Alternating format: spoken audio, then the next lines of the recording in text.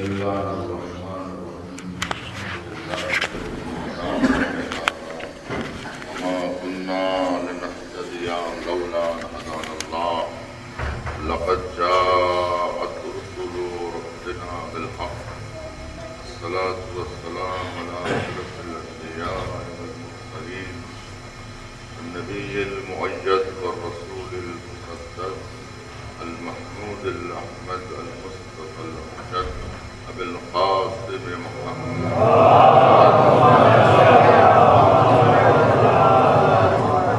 الصلاة والسلام على الطيبين الطاهرين الذين أرسل الله عنهم وطهرهم تطهيرا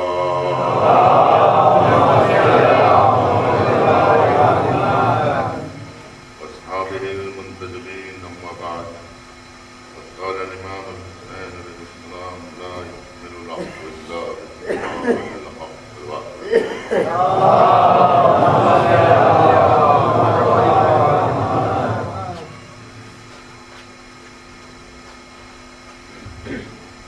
جیسا کہ آپ حضرات مستحضر ہیں سلسلے گفتگو کی آج آخری تقریر ہے.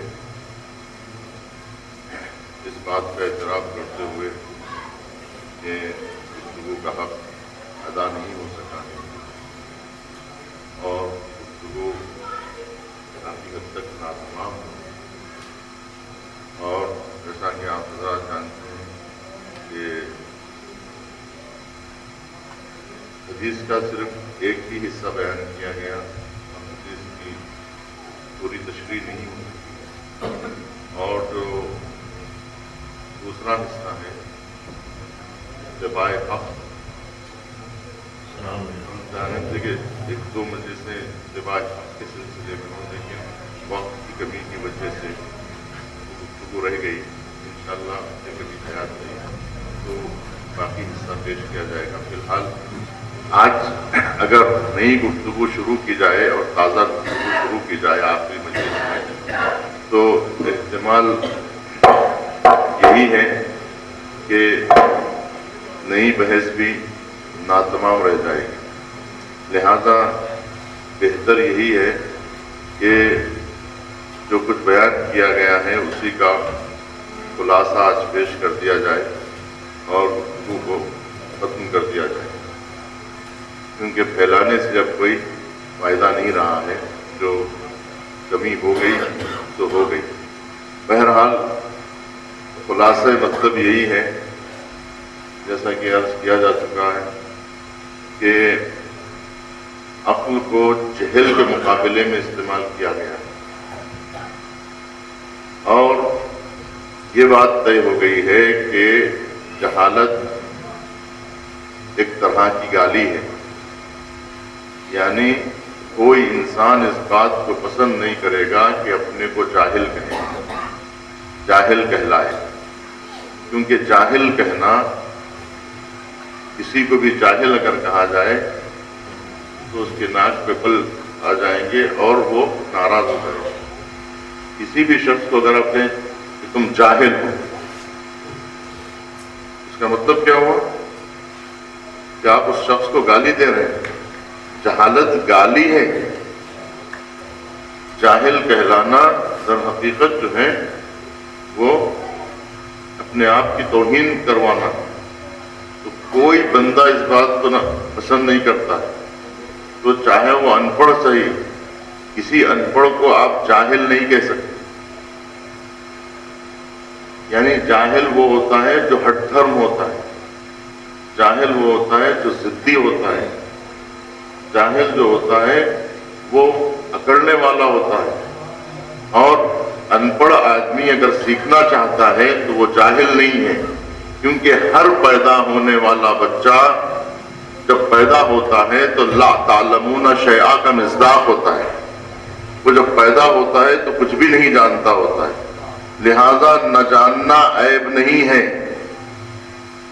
نہ جاننا عیب نہیں ہے لیکن نہ جاننے پر باقی رہنا اور ہٹ دھرمی کرنا علم سے دشمنی کرنا علم کی مخالفت کرنا یہ جہالت ہے. جاہل بھی کئی قسم کے ہوتے ہیں. جاہل بسیط ہے، یعنی صرف نہیں جانتا ہے، اور نہیں جاننے کو جانتا ہے کہ میں نہیں جانتا ہوں، تو اسے کہتے ہیں مولانا تشریف فرمائے کہ لا اعلم نصف العلم. اگر کوئی کہے میں نہیں جانتا ہوں تو گویا یہ نہیں جانتا ہوں کہنا یہ نصف علم ہے.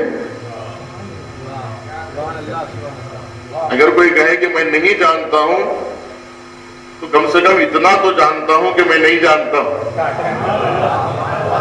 یعنی آدھا تو جانتا ہوں، آدھا نہیں جانتا ہوں، آدھا جانتا ہوں، یعنی اپنی معرفت تو رکھتا ہوں، اتنا تو مجھے علم ہے کہ میں نہیں جانتا ہوں. جب نہیں جانتا ہوں تو کسی نہ کسی دن جان لوں گا. تو نہ جاننا عیب نہیں ہے، لیکن وہ شخص جو یہ سمجھتا ہے کہ میں نہیں جانتا ہوں کو بھی نہیں واقف نہیں ہے، اس بات سے واقف نہیں ہے کہ میں نہیں جانتا ہوں. یعنی ایک تو وہ نہیں جانتا ہے، ایک اس بات کو بھی نہیں جانتا ہے کہ میں نہیں جانتا ہوں. تو گویا وہ اکیلا جاہل نہیں ہوگا بلکہ دوہرا جاہل ہوگا. یعنی اس کو کہتے ہیں جاہل مرکب.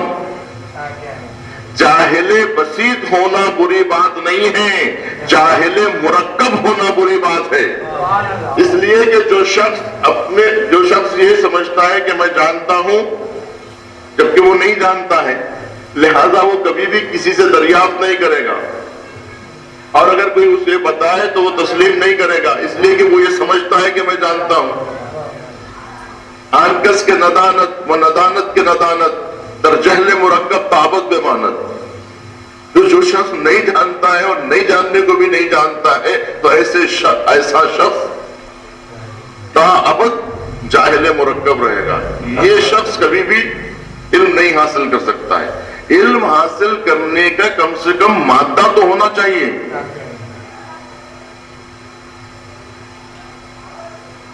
جاہل مرکب ہونا یہ بری بات ہے، اکڑنا یہ بری بات ہے، ضد کرنا، ماننے سے انکار کرنا یہ بری بات ہے. علم دشمنی بری بات ہے. کتنے ایسے لوگ ہوتے ہیں کہ جو پڑھے لکھے ہوتے ہیں مگر کسی کی بات کو ماننے کے لیے تیار نہیں ہوتے. تو ان کے اندر جو ہے سیکھنے کا مادہ ختم ہو جاتا ہے. علم جب رکود کی شکل میں آ جائے، جتنا علم ہے وہاں پہ باقی رہ جائے اور مزید علم حاصل کرنے کی صلاحیت ختم ہو جائے تو پھر وہ طالب علم نہیں ہوتا. جو طالب علم نہیں ہوتا وہ جاہل کے برابر ہوتا ہے.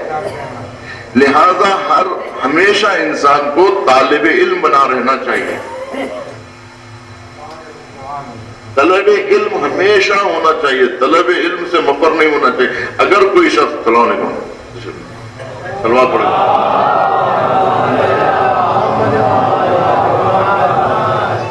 اگر کوئی شخص ہر مسئلے کا جواب دے رہا ہے، ہر سوال کا جواب دے رہا ہے، ہر سوال کا اگر کوئی شخص جواب دے رہا ہے تو اس کا مطلب یہ ہوا کہ اس کے اوپر سے اعتبار اٹھ جاتا ہے، اس شخص کے اوپر سے اعتبار اٹھ جاتا ہے. کبھی تو زندگی میں کہے کہ میں نہیں جانتا ہوں.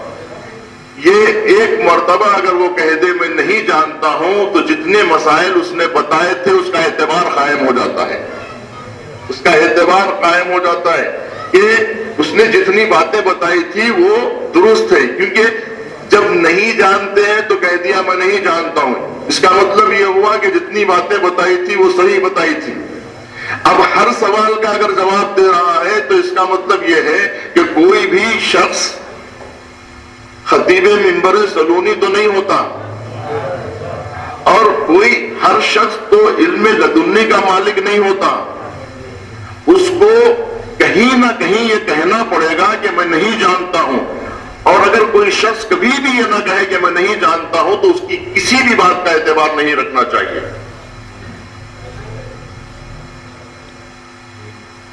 کتنے ایسے علماء گزرے ہیں جو محفل میں پکار کے کہتے تھے تاکہ 4 آدمی اور سنیں کہ میں نہیں جانتا ہوں، میں نہیں جانتا ہوں. کسی نے کہا کہ آپ اتنی زور سے کیوں کہہ رہے نہیں جانتا ہوں؟ تو کہا کہ دوسرے لوگ بھی حوصلہ پیدا کریں کہ جب ایک بڑا عالم یہ کہہ رہا ہے کہ میں نہیں جانتا ہوں تو شاگرد بھی حوصلہ پیدا کریں. استاد تو یہ کہتا ہے کہ میں نہیں جانتا ہوں، شاگرد ایسے ہوتے ہیں جو کہتے ہیں کہ ہم ہر چیز جانتے ہیں.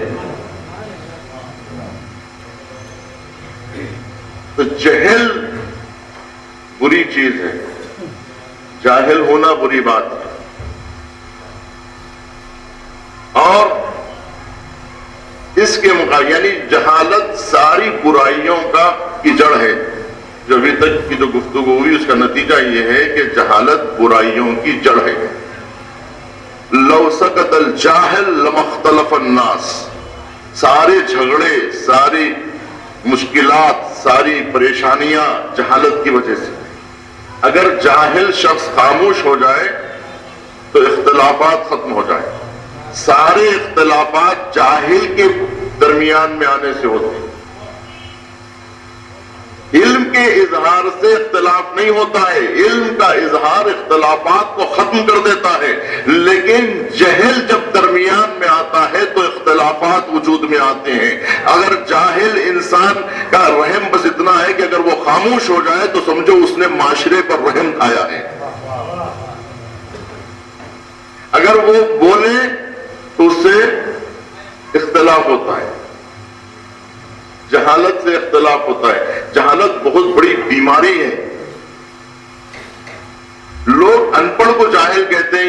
یہ جو ہے غلط فہمی معاشرے میں ہو گئی ہے کہ ہر ان پڑھ انسان کو لوگ جو ہے نا وہ جاہل کہنے لگتے ہیں. ان پڑھ ہونا کبھی بھی بری بات نہیں ہے اگر وہ علم دوست ہے. علم کا دشمن تو نہیں ہے نا. جو علم کا دشمن ہے وہ جاہل ہے، یعنی جو علم کے مقابلے میں آ جائے وہ جاہل ہے. جو عالم کا دشمن بن جائے، جو علم کا دشمن بن جائے وہ جاہل ہے. جو تقلید میں ہے، جو علم حاصل کرنا چاہتا ہے وہ جاہل کیسے ہوتا ہے؟ جاہل وہ لوگ ہیں جو علماء کے دشمن ہیں، جو علم کے دشمن ہیں، جو عقل کے دشمن ہیں.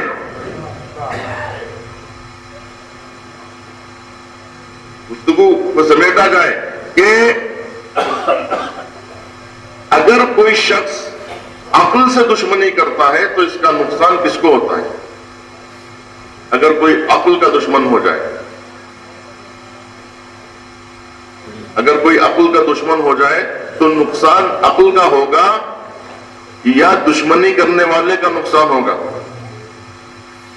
تو عقل کی دشمنی سے کوئی فائدہ ہونے والا نہیں. اللہ کا نظام دیکھیے کیسا ہے. لوگ کہتے ہیں کہ ہم حق سے دشمنی کریں گے، ہم حق کو تسلیم نہیں کریں گے، ہم حقیقت کو نہیں مانیں گے. حقیقت کو نہیں مانیں گے تو حقیقت کا نقصان ہوگا. حق کو نہیں مانیں گے تو کیا ہوگا؟ مت مانیے. نقصان کس کا ہوگا؟ تو اب اس سے اندازہ لگائیے کہ علی دشمنی کا نقصان کس کو ہونے والا ہے. لوگ پریشان ہوتے ہیں، شیعہ پریشان ہیں کہ بھئی علی کس سے دشمنی ہو رہی ہے. علی سے دشمنی ہو رہی تو آپ کو تکلیف کس کی ہو رہی ہے؟ یعنی کس وجہ سے تکلیف ہو رہی ہے؟ جو دشمنی کر رہا ہے اس کی وجہ سے آپ کو تکلیف ہو رہی ہے کہ وہ بیچارہ دشمن بن گیا ہے اور اپنا نقصان کر رہا ہے، اس کے لیے آپ کا دل پڑ رہا ہے، یا امیر المومنین کے لیے آپ کا دل پڑ رہا ہے؟ اگر امیر المومنین کے لیے اگر آپ کا دل پڑ رہا ہے تو اس کا مطلب یہ ہے کہ ابھی آپ اصل گفتگو کو سمجھے ہی نہیں. عقل سے اگر آپ دشمن علی پائے کرے، عقل کا نام ہے، عقل کل علی ہے. جب عقل کل علی ہے تو علی سے اگر کوئی دشمنی کر رہا ہے تو نقصان جو ہے عقل کا نقصان نہیں ہے، عقل کے دشمن کا نقصان ہے. اسی لیے کہتے ہیں عقل دشمنی چھوڑ دو. عقل کی سے دشمنی کرو گے تو پھر تم جاہل کہلاؤ گے. عقل سے دشمنی کرو گے تو تم دنیا میں بھی رسوا ہوگے، آخرت میں بھی رسوا ہو جاؤ گے۔ لہذا اگر تمہیں نجات چاہیے تو عقل دشمنی چھوڑ دو، علم دشمنی چھوڑ دو۔ نقصان عقل کا ہونے والا، پوری دنیا اگر عقل کا استعمال کرنا چھوڑ دے کیا ہوگا؟ ہو ہی رہا ہے، دنیا عقل کا استعمال چھوڑ چکی ہے، تو کیا عقل کا کوئی نقصان ہو رہا ہے؟ پوری دنیا سورج سے روشنی لینا چھوڑ دے تو سورج کا نقصان ہو جائے گا۔ اگر لوگ کتاب پڑھنا چھوڑ دیں، ہم کو کتاب سے نفرت ہے، ٹھیک ہے، نقصان کس کا ہو رہا ہے؟ کتاب کا نقصان ہوگا۔ نہیں پڑھیں گے تو کتاب تو صدیوں تک باقی رہے گی، نقصان کس کا ہوگا؟ لوگ سمجھتے ہیں کہ ہم کتاب کا نقصان کر رہے ہیں، خود کا نقصان کر لیتے ہیں۔ لوگ سمجھتے ہیں کہ ہم علم کے دشمنی کر رہے ہیں، خود اپنی ذات سے دشمنی کر رہے ہیں۔ وہ عقل کی دشمنی نہیں کر رہے، خود اپنے آپ سے دشمنی کر رہے ہیں۔ لہذا اگر کوئی لوگ خدا کی ذات میں شرک کرنے لگتے تھے تو نبی کریم کس پر ترس کھاتے تھے؟ اللہ پہ ترس کھاتے تھے کہ اے اللہ تیرے ماننے والے کم ہو گئے، تیری عظمت گھٹ رہی ہے، تیری شان و شوکت کم ہو رہی ہے۔ ان کے متعلق روتے تھے، یہ مشرکین پہ ترس کھاتے تھے کہ ان کا کیا ہوگا۔ خدا پہ ترس نہیں کھاتے تھے کہ تیرا کیا ہوگا، بلکہ اس مشرک کے بارے میں افسوس کرتے تھے اس کا کیا ہوگا۔ مزاج نبی کیا ہے اور مزاج مسلمین کیا ہے، اندازہ لگائیے۔ اگر ہم کو اطلاع ملتی ہے کہ کچھ لوگ اسلام کے دشمن ہو گئے ہیں تو ہم اسلام کے بارے میں افسوس کرتے ہیں کہ ہائے اسلام تیرا کیا ہوگا۔ اس کے بارے میں سوچئے، لوگ علی کے دشمن ہو رہے ہیں، اب علی کے بارے میں سوچتے ہیں ہائے علی کا کیا ہوگا، اتنے لوگ جب علی کے دشمن بن جائیں گے تو علی کا کیا ہوگا۔ اس کے بارے میں سوچئے، اس کے بارے میں سوچئے کہ اس کا کیا ہوگا۔ اگر آپ یہ سوچنے لگیں گے تو پھر اختلافات ختم ہو جائیں گے۔ جب آپ اس سے متعلق سوچیں گے کہ اس کا کیا ہوگا،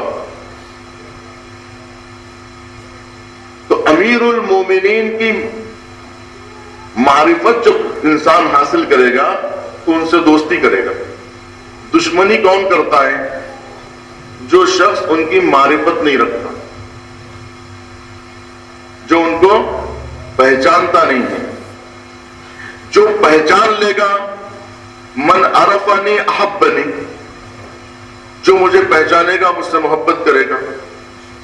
اگر کوئی انسان محبت نہیں کرتا ہے تو آپ کیا کریں گے؟ اس کو مار کے محبت کروائیں گے، کوڑے ماریں گے۔ اب بعض لوگ ایسے ہو گئے ہیں، شیعوں میں تکفیری شیعہ پیدا ہو گئے، معلوم ہے؟ جب ان کو معلوم ہوتا ہے کہ یہ لوگ جو ہے محبت علی سے ہٹ گئے ہیں تو کوڑے لے کے آ کے مار کے کہتے ہیں علی سے محبت کرو ورنہ ہم تم کو مار ڈالیں گے، ورنہ ہم تمہاری توہین کریں گے، تمہارے گھر کو آگ لگا دیں گے۔ محبت کرو علی سے۔ کیسے کریں؟ تو کہتے ہیں خالص محبت کرو، خالص محبت میں شرک مت کرو۔ حب علی کا جام اٹھانے کی دیر تھی، وہ بھی شریک ہو گیا جو لا شریک تھا۔ اب یہ لوگ کہتے ہیں کہ حب علی کا جام ایسے اٹھاؤ کہ کسی کو شریک مت کرو، کسی کو شریک ہونے مت دو، کسی کو اس محبت میں شامل ہونے مت دو، تنہا اکیلے پینا، اور اتنا پینا کہ بہک جانا، کم نہیں پینا، گھڑی دیکھ کے نہیں، گھڑا سامنے رکھ کے پینا، اور پیتے وقت میں اس بات کا ہرگز خیال نہ کرنا اتنا زیادہ پینا، اتنا زیادہ پینا، اتنے سرمست ہو جانا کہ پھر تمہیں کسی بات کا خیال ہی نہ رہے۔ اسے کہتے ہیں خالص خالص محب، جس میں نماز کا شائبہ نہ ہو۔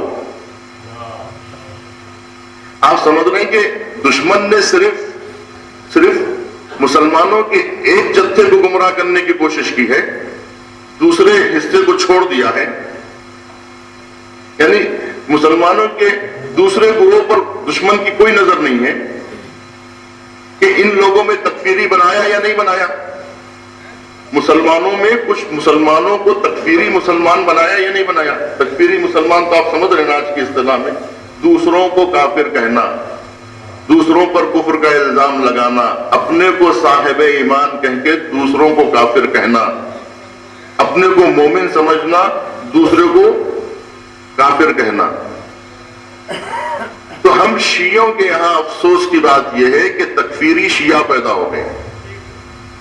ہم دوسروں کی بات کم کریں، اپنی بات زیادہ کریں کہ ہمارے اندر جو تکفیری پیدا ہو گئے اس کا علاج کیا کیا جائے. جو آئے دن لوگوں کو دین سے خارج کر رہے ہیں. شیعہ شیعوں سے کہہ رہے ہیں کہ تم لوگ محب علی نہیں ہو بلکہ تم دشمن علی ہو. بولے دلیل کیا ہے؟ کہا دلیل یہ ہے کہ تم مسجد میں نظر آتے ہو. دشمن علی کو دیکھنا ہے تو مسجد میں دیکھو. ابن ملجم کو تلاش کرنا ہے تو کہاں جانا پڑے گا؟ دشمن علی جو ہے مسجد میں ہوتا ہے. اس طرح سے افکار کو بدلا جا رہا ہے. ہم جس شہر سے تعلق رکھتے ہیں اس شہر میں تکفیریت کا بول بالا ہے، اور وہ تکفیری کہیں ایسا نہ ہو کہ خدا نہ خواستہ سب کو دین سے خارج کرتے کرتے کہیں آپ لوگوں کی باری نہ آ جائے. اس کے لیے آپ لوگ تیار رہیے کہ کہیں آپ کو کافر نہ کہہ دیا جائے اور کہیں آپ کو دشمن علی نہ قرار دے دیا جائے. اس لیے کہ ہم دیکھ رہے ہیں کہ آپ بھی نماز پڑھتے ہیں، آپ کے جوان بھی نمازوں میں حاضر ہوتے ہیں، اور آپ کے یہاں بہت سارے نوجوان روزے بھی رہتے ہوں گے. ہمارے پاس ماہ رمضان میں دعوتیں ہوتی ہیں، شادیاں ہوتی ہیں، شادیوں میں آئس کریم کھائی جاتی ہے، شربت پیا جاتا ہے، کھانا کھایا جاتا ہے کھلے عام امام بارگاہوں میں. کیوں؟ اس لیے کہ وہ کہتے ہیں کہ ہم علی والے ہیں، ہم کو ہمارے سارے گناہ معاف ہونے والے ہیں. یغفر الذنوب جمیعا، سارے کے سارے گناہ معاف. اگر یہ محبت گناہ نہ بخشائے گی تو اس محبت کا فائدہ کیا ہے؟ محبت وہ ہے جو گناہوں کو معاف کروائے. ورنہ علی کو ماننے کا فائدہ کیا ہے؟ حسن مجتبیٰ کو ماننے کا فائدہ کیا ہے؟ یہ کربلا والوں کو ماننے کا فائدہ کیا ہے؟ اور حسین ابن علی کی شہادت منانے کا فائدہ کیا ہے؟ تاکہ گناہ گاروں پر رحم کھایا جا سکے، تاکہ گناہ گاروں کی شفاعت ہو سکے. وہ شہید ہوئے ہیں تاکہ گناہ گاروں کو بخشوا سکیں.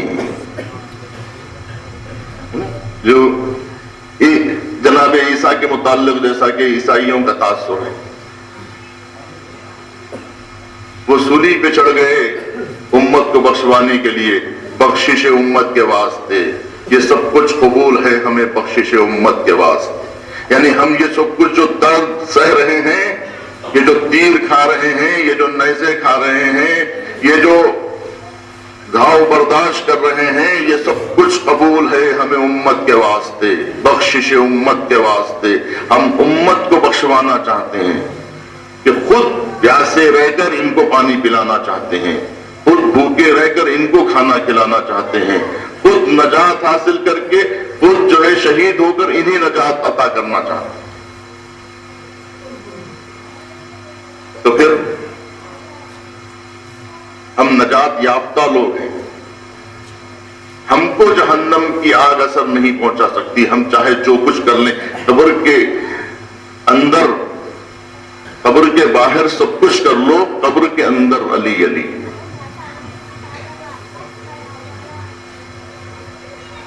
اور جو لوگ مجلس کے اندر بیٹھے، دیکھیں پاکستان سے بہت سارے نعرے آ رہے ہیں، اس لیے کہ پاکستان میں ملنگیت پیدا کی جا رہی ہے. کیوں کی جا رہی ہے؟ تاکہ ان کا عمل کفر کے فتوے کی دلیل بن سکے. اس لیے کہ مفتیوں کو دلیل چاہیے، مفتیان کرام دلیل مانگتے ہیں. اگر آپ کوئی درسگاہ جائیے، مفتیان کرام کے پاس جائیے اور کہیے مفتی صاحب شیعوں کے کفر کا فتویٰ دیجئے، تو مفتی صاحب کہیں گے کوئی دلیل تو لے آؤ، بغیر دلیل کے فتویٰ کیسے دوں؟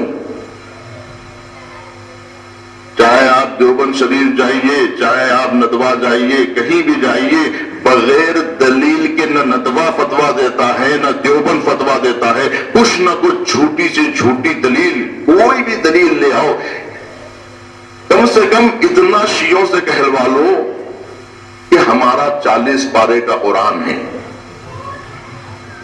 اس سے یہ ثابت ہو جائے گا کہ یہ 30 پارے والا قرآن شیعہ نہیں مانتے ہیں، تو اہل قرآن نہیں رہیں گے۔ جب اہل قرآن نہیں رہیں گے تو ہم انہیں کافر کہہ سکتے ہیں۔ ہم انہیں کافر اس لیے نہیں کہہ سکتے کیونکہ یہ قرآن پر ایمان رکھتے ہیں، تو جو اہل قرآن ہیں انہیں کافر نہیں کہا جا سکتا ہے۔ ایک دلیل لے آؤ۔ اب دلیل پیش کر رہے ہیں، ملنگ کہہ رہے ہیں ہم اس قرآن کو مانتے نہیں ہیں، ملنگ کہہ رہے ہیں ہمارا تو 40 پارے کا قرآن ہے۔ کہاں ہے وہ؟ امام زمانہ کے پاس۔ بس وہی، اسی پر ہمارا ایمان ہے، اس پر ہمارا ایمان ہی نہیں ہے۔ اگر یہ پڑھیں گے تو ہم سمجھیں گے بھی نہیں، اس لیے کہ سمجھانے والا امام غیبت میں ہے۔ علماء کو تو ہم مانتے نہیں ہیں، مفسرین کو تو ہم مانتے نہیں ہیں۔ اب اس کے اوپر فتویٰ صادر ہو سکتا ہے یا نہیں ہو سکتا ہے؟ اور بھی وہ کام جو ان سے فتویٰ دلا سکتے ہیں، یہ ان کی وجہ سے دیے جا رہے ہیں۔ آپ یہ مت سمجھیے کہ پاکستان میں یہ قتل عام کیوں ہو رہا ہے، اس کے ذمہ دار یہ ملنگ ہیں، ان کو دلیل کے طور پر رکھا گیا ہے۔ اچھا وہ لوگ ان کو نہیں قتل کرتے، وہ کس کو مارتے ہیں؟ وہ حقیقی شیعوں کو قتل کرتے ہیں، سچے شیعوں کا قتل کرتے ہیں، ان کو دلیل بنا کے ان کو قتل کرتے ہیں۔ خدا نہ خواستہ اگر کبھی جو ہے یہ تکفیری فکر ہندوستان میں آئے گی تو سچے شیعہ خطرے میں پڑیں گے، تو سچے شیعوں کے لیے پہلے سے پل باندھنا پڑے گا۔ خطرہ ان کو نہیں ہے، خطرہ ہم کو ہے۔ جس کو خطرہ ہے وہ لوگ جو ہے اپنی حفاظت اور اپنے دفاع کے لیے تیار رہیں، ان کو خطرہ نہیں ہے، اس لیے کہ وہ استکبار کے ایجنٹ ہے۔ استکبار جیسا اسلام چاہتا ہے ویسے وہ مسلمان ہے۔ اسرائیل انہی ایسے ہی شیعوں سے خوش ہے، ویسے سنی سے خوش ہے، ایسے شیعوں سے خوش ہے۔ نہ وہ سچے سنیوں کو پسند کرتا ہے استکبار، نہ سچے شیعوں کو پسند کرتا ہے استکبار۔ تو ہم دونوں مسلمانوں کا دشمن ہے، ہم دونوں بھائیوں کا دشمن ہے۔ وہ تو نہ مصر میں اخوان المسلمین کی حکومت بننے دے رہا ہے، وہ تو جامع ازہر کا بھی مخالف ہے، قم کا بھی مخالف ہے، یہاں بھی مفتی رہتے ہیں، یہاں بھی مفتی رہتے ہیں۔ وہ شیعہ مفتیوں کا بھی خلاف ہے، وہ سنی مفتیوں کا بھی خلاف ہے۔ پھر امریکہ اسرائیل تائید کس کی کرتے ہیں؟ وہ سعودی عرب کے مسلمانوں کی تائید کرتے ہیں، مصر کے مسلمانوں کی تائید نہیں کرتے۔ اس کا مطلب یہ ہوا کہ دنیا کی مظلوم قوم جو ہے وہ اہل سنت ہے، یہ ہمارے بھائی ہیں، ان سے ہم کو دور کیا جا رہا ہے۔ دشمن شیعہ سنی دونوں کا دشمن ہے۔ صدام نے جب مارا ہے عراق کے اندر تو شیعوں کو بھی مارا ہے، سنیوں کو بھی مارا ہے۔ آج امریکہ ایران کا بھی دشمن ہے، مصر کا بھی دشمن ہے۔ ایران میں بس نہیں چل رہا ہے۔ مصر کے اندر مرسی اس وقت کہاں ہے آپ بتائیے؟ محمد مرسی کہاں ہے؟ اخوان المسلمین کا لیڈر ہے۔ اخوان المسلمین کی پشت پناہی کس نے کی تھی؟ پیچھے سے ایران نے کی تھی۔ یہ کھلی ہوئی بات ہے، اب تو اخبارات میں آ چکا ہے۔ اخوان المسلمین کو جتانے میں ایران کا حق، یعنی سنی مسلمانوں کا سب سے بڑا قلعہ اس وقت ایران ہے، سب سے بڑا پشت پناہ ایران ہے۔ یہ شیعہ جو چڑھ رہے ہیں نا ایران سے، وہ اسی لیے چڑھ رہے ہیں کہ یہ مصر کا اور اخوان المسلمین کا ہمدرد کیوں بنا ہوا ہے۔ یہ سچا شیعہ ہوتا ہے وہ سنیوں سے پیار کرتا ہے۔ شیعہ ہونے کی علامت یہ ہے کہ وہ سنیوں سے پیار کرے، اور سنی ہونے کی علامت یہ ہے کہ وہ شیعوں سے پیار کرے۔ اور جو دونوں کو لڑائے وہ شیعہ ہے، نہ سنی ہے، بلکہ اسلام کا دشمن ہے۔ قرآن کہہ رہا ہے تمہارے بھائی ہیں، تو بھائیوں سے بھائی دشمنی کرتا ہے، آپس کی رنجشیں اور ہیں، دشمن کے مقابلے میں تو ہم ایک ہیں، لیکن ہم دشمن کے مقابلے میں بھی کہاں ٹھہرے ہوئے ہیں؟ دشمن کے اعلی کار بنے ہوئے ہیں۔ اس وقت سعودی اسرائیل سے ہاتھ ملایا ہوا ہے یا نہیں ملایا ہوا؟ تو آپ سمجھ رہے ہیں کہ سنیوں میں ہی کچھ لوگ ہیں جو اسرائیل سے ملے ہوئے ہیں، شیعوں میں بھی کچھ لوگ ہیں جو اسرائیل سے ملے ہوئے ہیں۔ ایران کی شیعہ ہو کے ایران سے دشمنی کیا معنی رکھتی ہے؟ آپ مجھے بتائیے، آپ مجھے یہ بتائیے، کوئی شیعہ ہے جو شیعہ ملک سے دشمنی کرے؟ میں نے ابھی آپ سے کیا کہا؟ شیعہ حقیقت میں وہ ہے جو سنی سے پیار کرے۔ اب آپ یہ بتائیے اس کو ہم شیعہ کیسے مان لیں جو شیعوں سے دشمنی رکھے؟ ہم تو یہ بات کر رہے ہیں، ہم تو اتحاد المسلمین کی بات کر رہے ہیں، تو اتحاد مومنین کے تو ہم سب سے زیادہ قائل ہوئے نا۔ جب ہم یہ کہہ رہے ہیں کہ برادران اہل سنت سے محبت کی جائے، تو ہم کیا یہ نہیں کہیں گے کہ شیعوں سے بھی پیار کیا جائے؟ جب تم شیعہ ہو تو شیعوں سے نفرت کیوں کر رہے ہو؟ ایک ہی تو شیعہ ملک ہے نا؟ شیعوں کے ملک تو بہت ہوں گے، لیکن حقیقت میں جہاں شیعہ فقہ، شیعہ قانون، شیعہ شریعت جہاں پر لاگو ہے وہ ایک ملک ہے۔ آپ شیعہ ہو کے شیعوں سے نفرت کیا مانا؟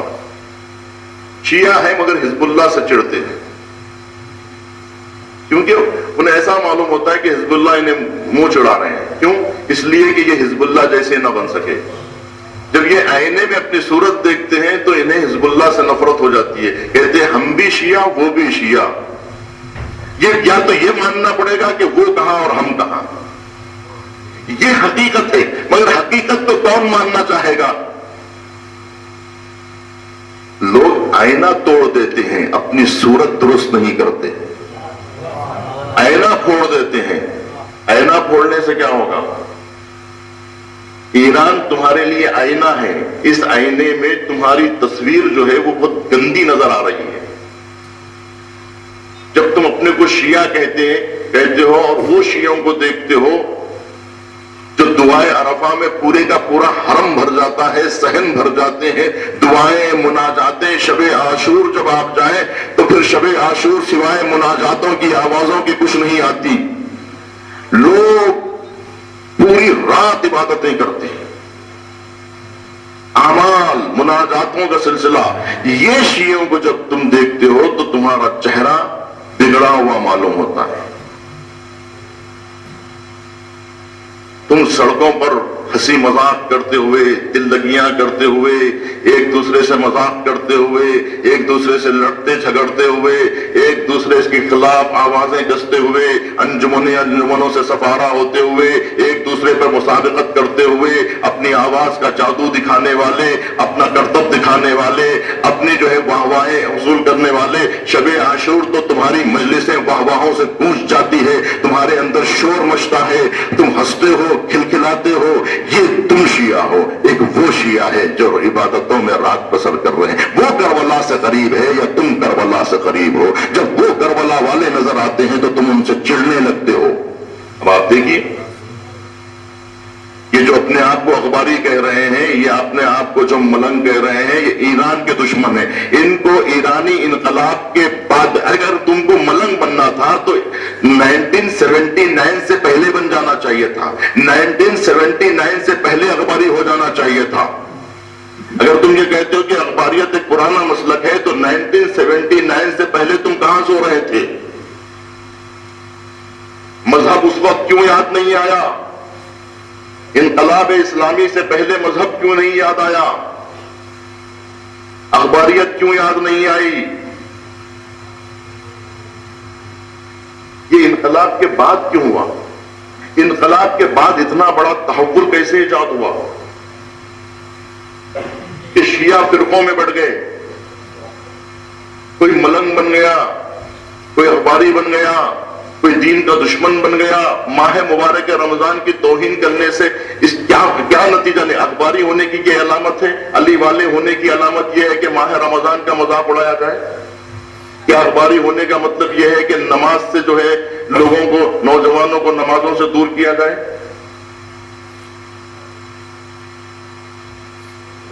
کیا ملنگ ہونے کا مطلب یہ ہے کہ اللہ کا نام لیا جائے تو نعوذ باللہ اللہ کو گالی دی جائے، رسول اللہ کی توہین کی جائے؟ یہ ہے ملنگیت؟ یہ طوفان آ رہا ہے، آپ لوگ ہوشیار رہیے۔ ابھی آگرہ زد میں آ چکا ہے، بہت قریب آ چکی ہے۔ آگرہ کتنی دور ہے یہاں سے؟ یہاں تک آ چکی ہے، اب سے نہیں 20 سال ہو چکے ہیں یہاں آئے ہوئے، لیکن اب جو ہے وہ ابھر رہی ہے۔ ایک دن ایسا آئے گا کہ آپ کا شہر اگر غفلت میں رہیں گے تو آپ کے نوجوان بگڑ جائیں گے۔ ابھی سے یاد رکھیے، اخباریت آ رہی ہے، طوفان آ رہا ہے، ہمارا کام ہے آپ کو آگاہ کرتے ہیں۔ اس کے بعد پھر آپ کی ذمہ داری ہے کہ آپ غفلت میں رہتے ہیں یا جوانوں کو آگاہ رکھتے ہیں، یہ آپ کی ذمہ داری ہے۔ یہ لوگ کیا کریں گے وہ میں آپ کو بتا رہا ہوں۔ یہ لوگ نوجوانوں کو رات رات بھر جگائیں گے، نماز فجر ان سے قضا کروائیں گے، اور جو نماز کو جاننے والے لوگ ہیں انہیں گالیاں دیں گے اور نماز سے روکیں گے۔ یہ چبوترے بھر جائیں گے۔ اس کے بعد آپ دیکھیں گے کہ سڑک پہ چبوترے بنیں گے، چبوتروں پہ یہ لوگ بیٹھ جائیں گے اور بیٹھ کر آنے جانے والوں کی توہین کریں گے، آنے جانے والوں کو گالیاں دیں گے، نمازیوں کی توہین کریں گے، بزرگوں کی توہین کریں گے۔ تو پھر بزرگ اپنی عزت بچانے کے لیے انہیں سلام کر کے گزریں گے، ان کے سامنے سر جھکا کے گزریں گے۔ اس کے بعد جو شرابی لڑکے ہوں گے نعوذ باللہ، ان کو جو ہے مولائی بنا کے بٹھایا جائے گا، اور نہیں ہے شرابی تو انہیں پلایا جائے گا۔ پہلے گٹکے تقسیم کیے جائیں گے، اس کے بعد سگریٹیں دی جائیں گی، اس کے بعد چرس دیا جائے گا، اس کے بعد شراب پلائی جائے گی، اس کے بعد جوا کھلایا جائے گا، اس کے بعد جو ہے انہیں پوری طرح سے اپنی حصے میں جکڑ دیا جائے گا، اپنے پنجوں میں۔ اس کے بعد جو ہے ان سے توہین مذہب کروائی جائے گی، نماز کی توہین کروائی جائے گی، علماء کو گالیاں دی جائیں گی۔ وہ اتنے جسور ہو جائیں گے اس لیے کہ انہیں پہلے مال حرام کھلایا جائے گا، اس کے بعد میں جو ہے وہ ایران کے علماء پر، عراق کے علماء پر، خاص طور پہ ایران اور لبنان کے علماء پر گالیاں دلائی جائیں گی، کیونکہ یہ دو شیعہ وہ ہیں جو آسمان کی بلندی تک پہنچ چکے ہیں، اور ان کو یہ زعم ہے کہ ہم ان سے بھی اونچے ہیں۔ یہ کہتے ہیں کہ ہمارے جیسی عزاداری کوئی نہیں کرتا۔ آپ حیدرآباد جائیے تو کہیں گے ماشاءاللہ جیسی عزاداری آپ کرتے ہیں پوری دنیا میں کہیں نہیں ہوتی، جیسی عزاداری حیدرآباد میں ہوتی ہے ایسی عزاداری تو عراق میں بھی نہیں ہوتی، ایران میں بھی نہیں ہوتی، لبنان میں بھی نہیں ہوتی۔ ان کو چڑھایا جاتا ہے، کہتے ہیں واہ ہمارے جیسی عزاداری تب کہیں نہیں ہوتی، ہم اتنے بڑے عزادار ہیں۔ انہیں جو ہے وہ میں نے کہا تھا نا، ایمان کا بلڈ پریشر اس کو ہائی کیا جاتا ہے، ہوا بھری جاتی ہے، ایمان میں ہوا بھری جاتی ہے۔ ایمان میں ہوا اس وقت بھری جائے گی جب ایمان کا غبارہ خالی ہو۔ اگر بھرا ہوا ہے تو کیسے ہوا بھریں گے آپ؟ تو پہلے خالی کیا جاتا ہے، اس کے بعد بھرا جاتا ہے۔ تو پہلے ان سے ایمان چھینا جائے گا، اللہ کی محبت چھینی جائے گی، رسول کی محبت چھینی جائے گی، اور پوری دنیا سے الگ، پوری دنیا شیعت سے الگ ایک الگ مذہب بنا کے پیش کر، پوری دنیا سے الگ۔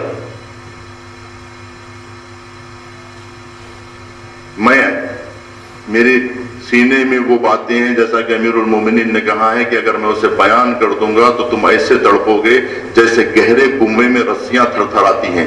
میں اگر وہ ساری باتیں میرے منہ میں آ رہی ہیں، اگر میں وہ بیان کر دوں گا تو آپ اپنی جگہ سے لرز جائیں گے، لہذا میں وہ باتیں منبر پہ نہیں بیان کرنا چاہ رہا ہوں جو میں نے اپنے کانوں سے سنا ہے۔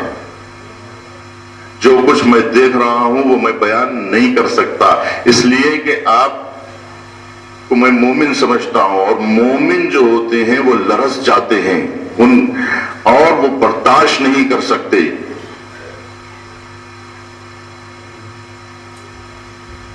آپ اپنی جگہ سے ہل جائیں گے، کہیں گے یہ سننے سے پہلے کاش موت آ گئی ہوتی، کاش یہ دن نہ دیکھنے کو ملتا کہ ہمارے کان اللہ کی شان میں گستاخی سنے اور شرک سنے ہمارے کان، نبی کی توہین سنے ہمارے کان، جیتے جی جب ہم اپنے ماں باپ کی شان میں کچھ نہیں سن سکتے تو کیا ہم اپنے نبی کے بارے میں سن سکتے ہیں، اپنے خدا کے بارے میں سن سکتے ہیں؟ لیکن آج وہ دن آ رہا ہے. کیوں؟ دشمن ہوشیار ہو چکا ہے. دشمن کو پریشانی کیا ہے؟ دشمن کو پریشانی یہ ہے کہ دشمن نے غفلت کی تھی. دشمن نے یہ اندازہ نہیں لگایا تھا کہ لبنان میں ایک ایسی قوم پیدا ہو جائے گی کہ جو اشرف الناس اکرم الناس کا منصب سنبھال لے گی اور پوری دنیا کے سب سے بہترین انسان بن جائیں گے. ایسا کسی کو اندازہ نہیں تھا. دشمن کو اس بات کی اطلاع نہیں تھی کیونکہ یہ انقلاب اسلامی سے پہلے امام موسیٰ صدر لبنان کی سرزمین پر پہنچ چکے تھے اور انقلاب سے پہلے ہی دشمن کو اندازہ ہو گیا تھا کہ اب انقلاب اٹھ چکا ہے اور امام موسیٰ صدر اگر انقلاب کے بعد زندہ رہیں گے تو پھر لبنان کی صورتحال ہی نہیں بدلے گی کہ پورے منطقے کی صورتحال کو یہ شخص بدل کے رکھ دے گا، اس لیے کہ یہ خمینی کا نسلی نہیں اصلی بیٹا ہے. امام موسیٰ صدر امام خمینی کے بیٹے ہیں، شاگرد حقیقی ہیں، سلب کے بیٹے نہیں ہیں لیکن ان کے حقیقی شاگرد ہیں. کہتے ہیں کہ شاگرد باپ سے زیادہ استاد کا مشابہ ہوتا ہے. امام موسیٰ صدر اس شخصیت کا نام تھا. یہ ابھی دنیا یورپ سو رہی تھی، امام خمینی کے شاگرد جاگ رہے تھے، امام خمینی کے دوست جاگ رہے تھے. تو کیا ہوا؟ لبنان ہاتھ سے نکل گیا ہے، حزب اللہ وجود میں آ گئی.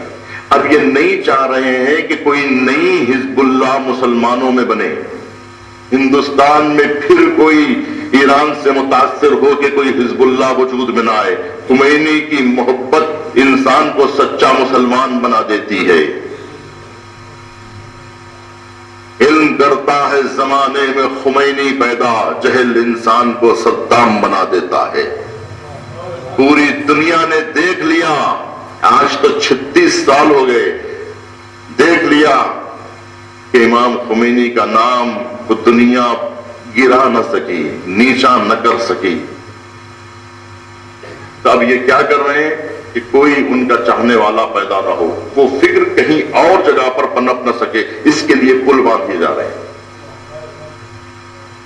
اگر پل باندھے جائیں گے تو نقصان کس کا ہوگا؟ شیعوں کا ہوگا.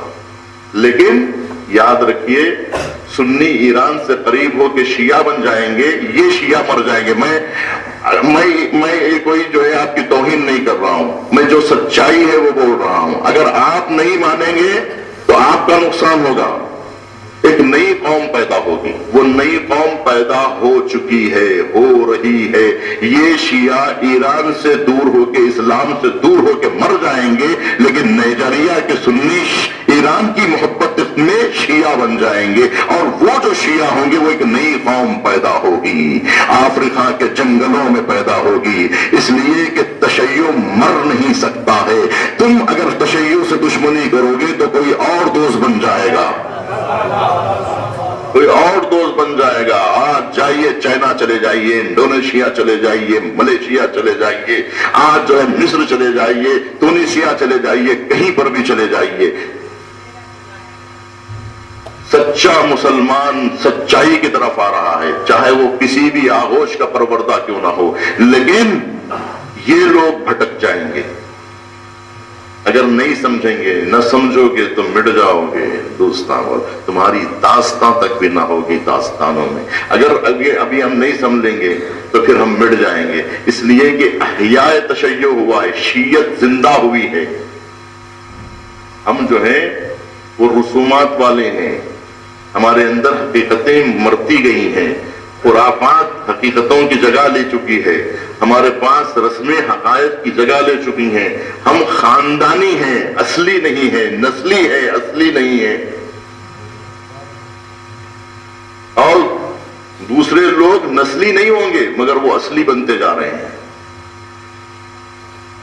اصلی بنتے جا رہے ہیں، اس لیے کہ ہمارے علماء سو رہے ہیں، سنی علماء جاگ رہے ہیں، اور جاگ کر یہ آیت اللہ زکزکی کون ہے جو شیعہ عالم ہے؟ وہ کل سنی عالم تھے، آج شیعہ عالم ہے، وہ کل سنی عالم تھے، آج شیعہ عالم ہے۔ مگر یہ جو قدیمی شیعہ ہیں یہ ان کا ذکر بھی نہیں کرنا چاہتے۔ آپ سنیں کبھی، آپ کبھی جو ہے نائجیریا کے شیعوں کا ذکر سنیں کہ 3 کروڑ لوگ شیعہ ہو چکے ہیں؟ اس کا ذکر سنا آپ نے کبھی؟ 3 کروڑ ہو گئے، لیکن آپ کو خبر نہیں دی جا رہی۔ کیوں؟ اس لیے کہ اس میں ایران کی کامیابی کا ذکر آئے گا، آپ کی کامیابی کا نہیں آئے گا، اس لیے کہ آپ صدیوں سے یہاں ہیں، کسی کو متاثر نہ کر سکے، بلکہ آپ خود متاثر ہوئے، متاثر نہ کر سکے۔ اسی لیے آپ جب ان کو دیکھتے ہیں تو اپنا چہرہ آپ کو دکھائی دیتا ہے، تو آپ کیسے تسلیم کر لیں گے ان کو؟ یہی صورتحال ہمارے عراقی بھائیوں کی ہے، صدیوں سے وہ عراق میں ہیں، لیکن خود اپنے اوپر ان کا اثر نہ پڑ سکا، وہ خود نہ متاثر ہو سکے، تو دوسروں کو کیا متاثر کریں گے؟ لیکن اس کا نتیجہ دیکھ لیجئے، مرجعیت کو ماننے اور نہ ماننے کا نتیجہ دیکھ لیجئے، باقر الصدر کی تائید نہ کرنے کا انجام اور امام خمینی کی تائید کا صلہ، دونوں بھی دیکھ لیجئے۔ امام خمینی کو مانا اہل ایران نے تو آسمان کی بلندی تک پہنچ گئے، اہل عراق نے باقر الصدر کا ساتھ نہیں دیا تو آج بھی ضلالت کی کھائی میں گرے ہوئے ہیں۔ اگر وہ ایک جان بچا لیتے تو ہزاروں جانیں بچ جاتی۔ سلام ہو اس ایک جان پر کہ جس کی شہادت نے ملت کو بیدار کرنے کی سوچی تھی، لیکن وہ ملت میں آج تک شعور نہیں جاگ رہا ہے۔ اب بھی اب جو تبدیلی آئی ہے وہ باقر الصدر ہی کی بنائی ہوئی حزب الدعویٰ اس وقت، جس کے نور المالکی اور موجودہ جو صدر ہیں، وہ جو حکومت اس وقت کر رہی ہے، یہ باقر الصدر کی بنائی ہوئی اور ان کی بنائی ہوئی پارٹی تھی۔ تو دونوں کا انجام بھی دیکھ لیجئے، دونوں شیعہ ہیں، یہ بھی شیعہ ہے، وہ بھی شیعہ ہے، دونوں میں کتنا فرق ہے۔ ایک جگہ اتنی بجلی ہے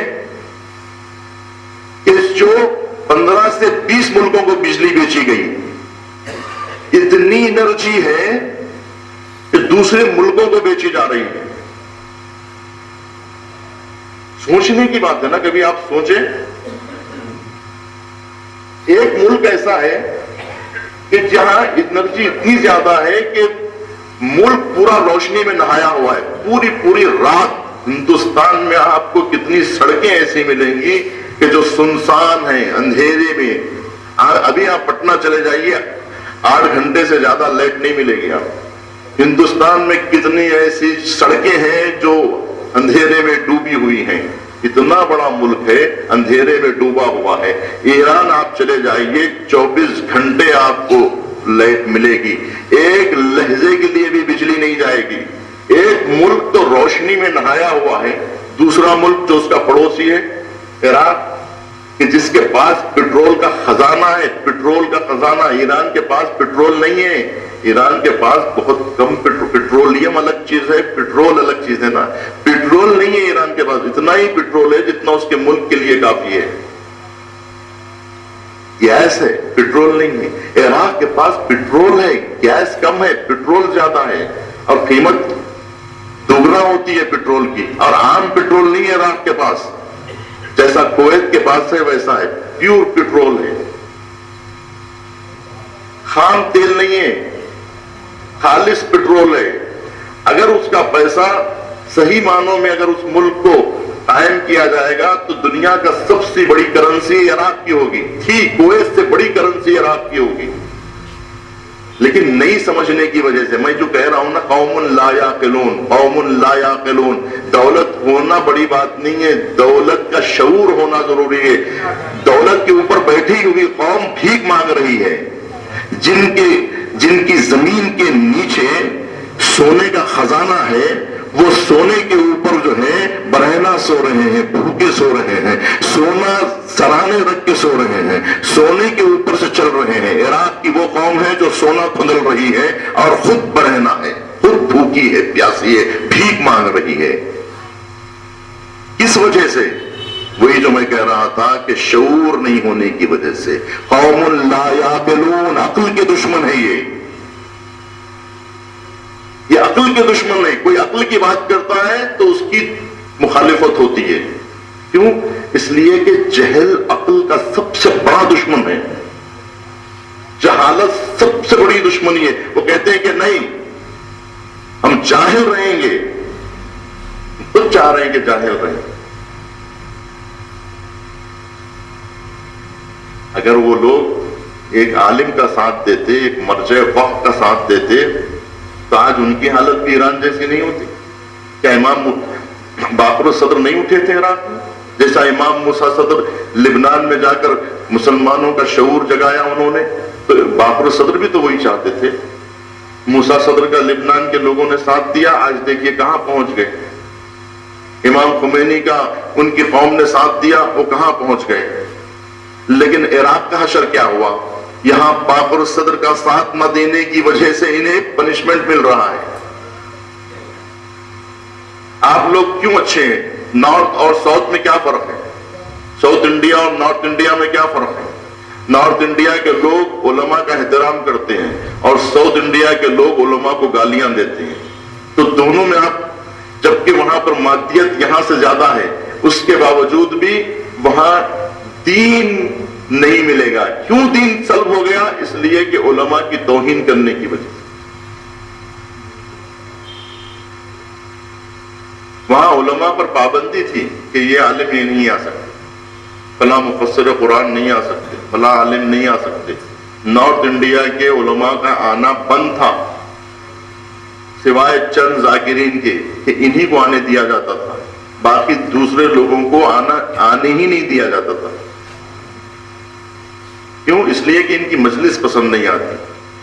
پسند آنا ہے، مزہ آنا ہے. اگر آج مزہ نہیں آیا، آج مزہ ہی نہیں آیا. مزہ کیا آنا ہے؟ دل بہلنا ہے. کیوں دل بہلنا ہے؟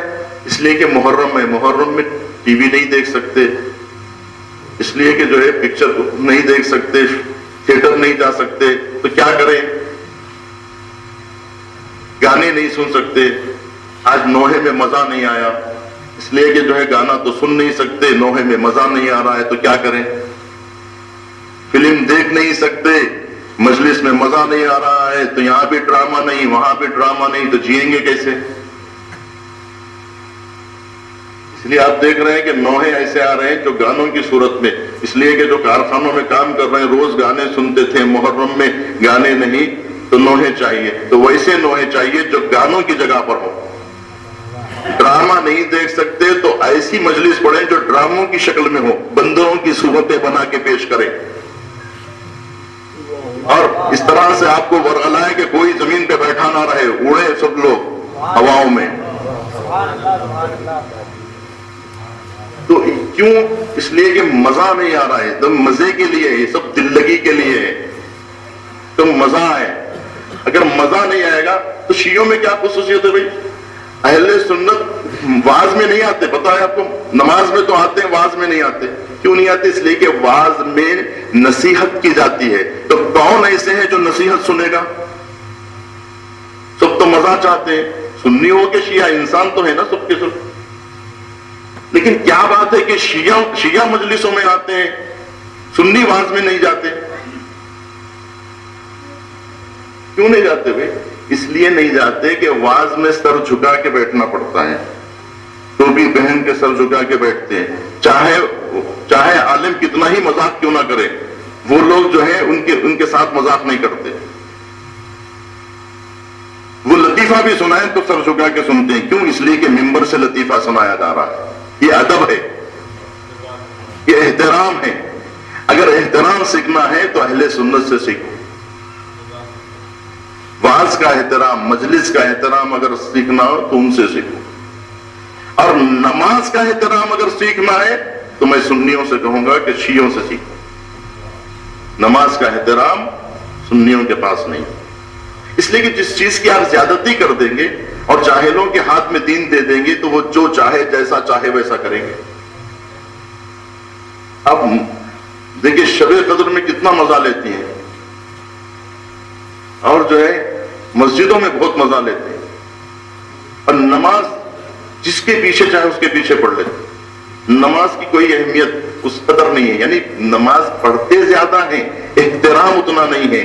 شیعہ مجلس میں کثرت سے آتے ہیں لیکن وہ احترام نہیں کرتے جو ہونا چاہیے۔ یہ بات الٹی دکھ رہی ہے لیکن اگر غور کریں تو بات جو ہے دیکھنے میں بالکل الٹی نظر آ رہی ہے۔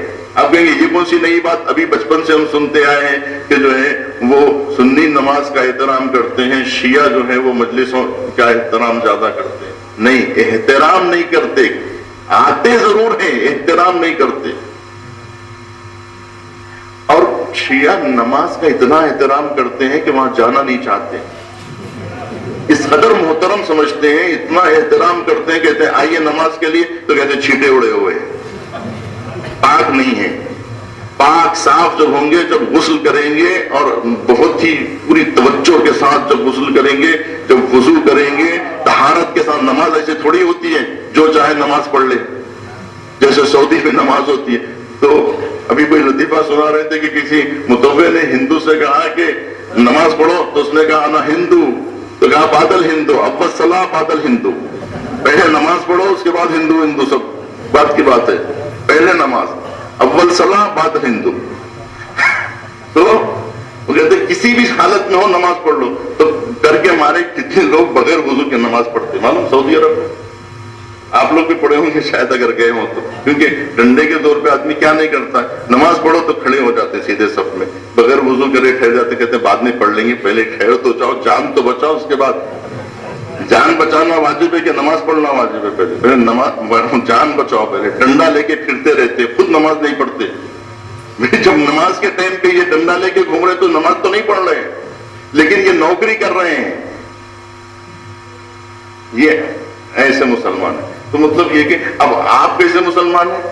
اب کہتے ہیں کہ وہ جو ہے بہت اہتمام سے پڑھنا ہوتا ہے۔ ابھی دیکھیے ہمارے منہ میں گٹکا ہے، اب ہم کیسے نماز پڑھنے جائیں؟ ابھی گالی بکی ہے، کیسے نماز پڑھنے جائیں؟ اسے بڑے شرائط ہے نماز پڑھنے کے بھی۔ ہم نے صاحب سے کہا کہ آپ روزہ کیوں نہیں رہتے؟ کہا آپ کو نہیں معلوم، روزے رہنے کی بھی بڑے شرائط ہے، انسان شادی شدہ ہو، بیوی سحر بنائے، افطار بنائے، اور جو ہے نہ سحری کھانے کے لیے سحری ہے، نہ کوئی افطار بنانے والا ہے، کیا روزہ رہیں گے بتائیے آپ؟ تو شیعوں کے پاس اتنے شرائط ہیں کہ نہ نماز پڑھتے نہ روزہ رہتے، احترام کے معنی، یعنی مطلب اتنا احترام کرتے ہیں کہ وہ نہیں رہتے۔ اور دوسرے اتنا، اور وہ دیکھیے دونوں طرف جو ہے افراط اور تفریط ہو رہی ہے، یہ افراط اور تفریط کی وجہ سے مشکل پیدا ہو رہی ہے۔ درمیانی راستہ جو ہے اعتدال کا راستہ ہے، عقل کا راستہ ہے، شعور کا راستہ ہے۔ تو سب کچھ کریے مگر عقل دشمنی مت کریے۔ اس کے لیے دیکھیے علی والے بننے کے لیے ہم صرف دعویٰ کرتے ہیں علی والے، ہم علی والے نہیں ہیں، علی والے بننا پڑے گا۔ علی والے بننے کے لیے ہمیں عاقل بننا پڑے گا۔ میں نے آپ سے عرض کیا، شاید آپ نے توجہ نہیں دی، میں نے کہا کہ ہم لوگ عقل کو استعمال ہی نہیں کرے، ہم تو تخیلات کی دنیا میں کھوئے رہے، ہم نے اتنی توجہ نہیں دی کہ ہم عقل کی اور شعور کو استعمال کرتے، اور اب یہ نتیجہ ہے کہ جو عاقل نہیں ہوتا وہ علی والا نہیں ہوتا، جو عاقل نہیں ہوتا وہ علی والا نہیں ہوتا۔ علی والا بننے کے لیے عاقل بننا پڑتا ہے، عاقل بننے کے لیے لذت جسمانی کو ترک کر کے لذت خیالات سے دور ہو کر اس وقت مرحلے عقل میں آنا پڑتا ہے۔ اس وقت ہم لذت جسمانی میں ہیں، ابھی ہم مرحلے جسم میں ہیں، جسم کے علاوہ ہمیں کچھ دکھائی نہیں دے رہا ہے، آنکھوں سے ہم جو دیکھ رہے ہیں وہ جسم دکھائی دے رہا ہے، یعنی میٹر دکھائی دے رہا ہے، ہم خود میٹر ہیں، دیکھ رہے ہیں میٹر دیکھ رہے ہیں، ہم جو کچھ بھی دیکھ رہے ہیں، جو کچھ بھی سوچ رہے ہیں وہ میٹر کے بارے میں سوچ رہے ہیں، مادے کے بارے میں سوچ رہے ہیں، ہم سب مادی ذہن کے لوگ ہیں، یعنی ہم مادی لوگ ہیں، مادہ پسند ہے۔ تو مادہ پسند لوگ علی پسند کیسے ہو سکتے ہیں، علی والے کیسے ہو سکتے ہیں؟ بس صرف آپ یہ بول سکتے ہیں کہ ہم محب علی ہے۔ محب علی ہونا اور ہے، علی کا سچا شیعہ ہونا اور بات ہے۔ شیعہ بننے کے لیے عقل کی ضرورت ہے، دوست بننے کے لیے بیوقوف لوگ بھی دوستی کرتے ہیں۔ تو اسی لیے روایتوں میں آیا ہے کہ اپنے کو محب کہہ لو مگر شیعہ نہ کہنا. شیعہ بننے کے لیے عاقل بننا پڑتا ہے. اور کون ہے جو عاقل بننا چاہے؟ کون ہے جس کے پاس شعور ہے؟ جس کے پاس معرفت نہیں ہے وہ علی کو پہچانے گا. جس کے پاس عقل نہیں ہے اس کے پاس معرفت نہیں ہے. اور جس کے پاس معرفت ہی نہیں ہے وہ امیر المومنین کو پہچانتا ہی نہیں ہے تو محبت کس سے کرے گا؟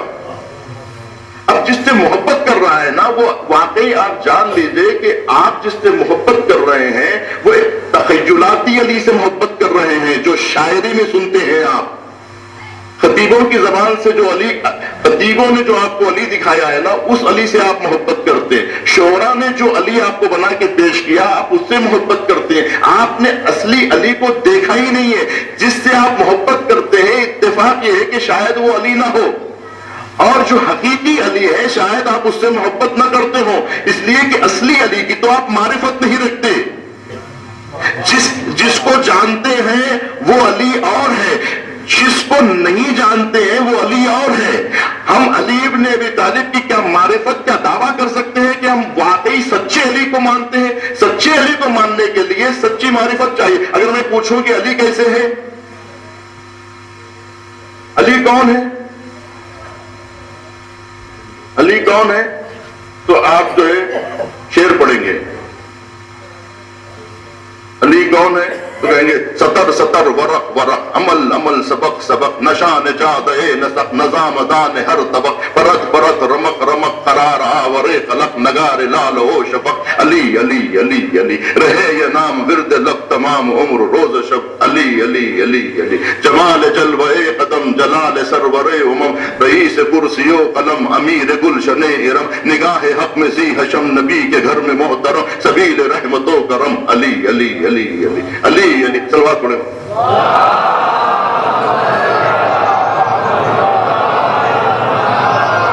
واہ واہ واہ واہ، معرفت حاصل ہو گئی. عشق علی کا جام پلا کے مست کر دیا. سبحان اللہ سبحان اللہ. یہ لیجیے لفافہ. اس کی کیا ضرورت تھی، اس کی کیا ضرورت تھی، اس کی کیا ضرورت تھی؟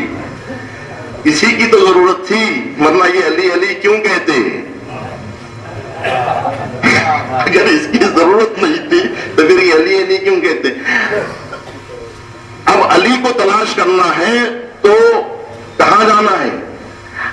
حقیقت معرفت علی کے لیے نبی کریم کہتے ہیں علی کو کسی نے نہیں پہچانا میرے اور خدا کے سوا. اب اگر علی ابن ابی طالب کی معرفت حاصل کرنا ہے تو یا خود علی سے سننا ہوگا، یا نبی سے سننا ہوگا، یا پروردگار عالم کی یا قرآن پڑھنا ہوگا، یا حدیث نبوی کے ذریعے سے امیر المومنین کو سمجھنا ہوگا. معرفت علی یا قرآن کے ذریعے سے حاصل ہوگی، یعنی یا اللہ بتائے گا، یا حدیث نبوی کے ذریعے سے ہوگا، یا رسول اللہ بتائیں گے، یا خود نہج البلاغہ امیر المومنین بتائیں گے. آپ نہج البلاغہ کو بند کر چکے ہیں، قرآن کو طاق کی زینت بنا چکے. اب علی نظر کہاں آئیں گے؟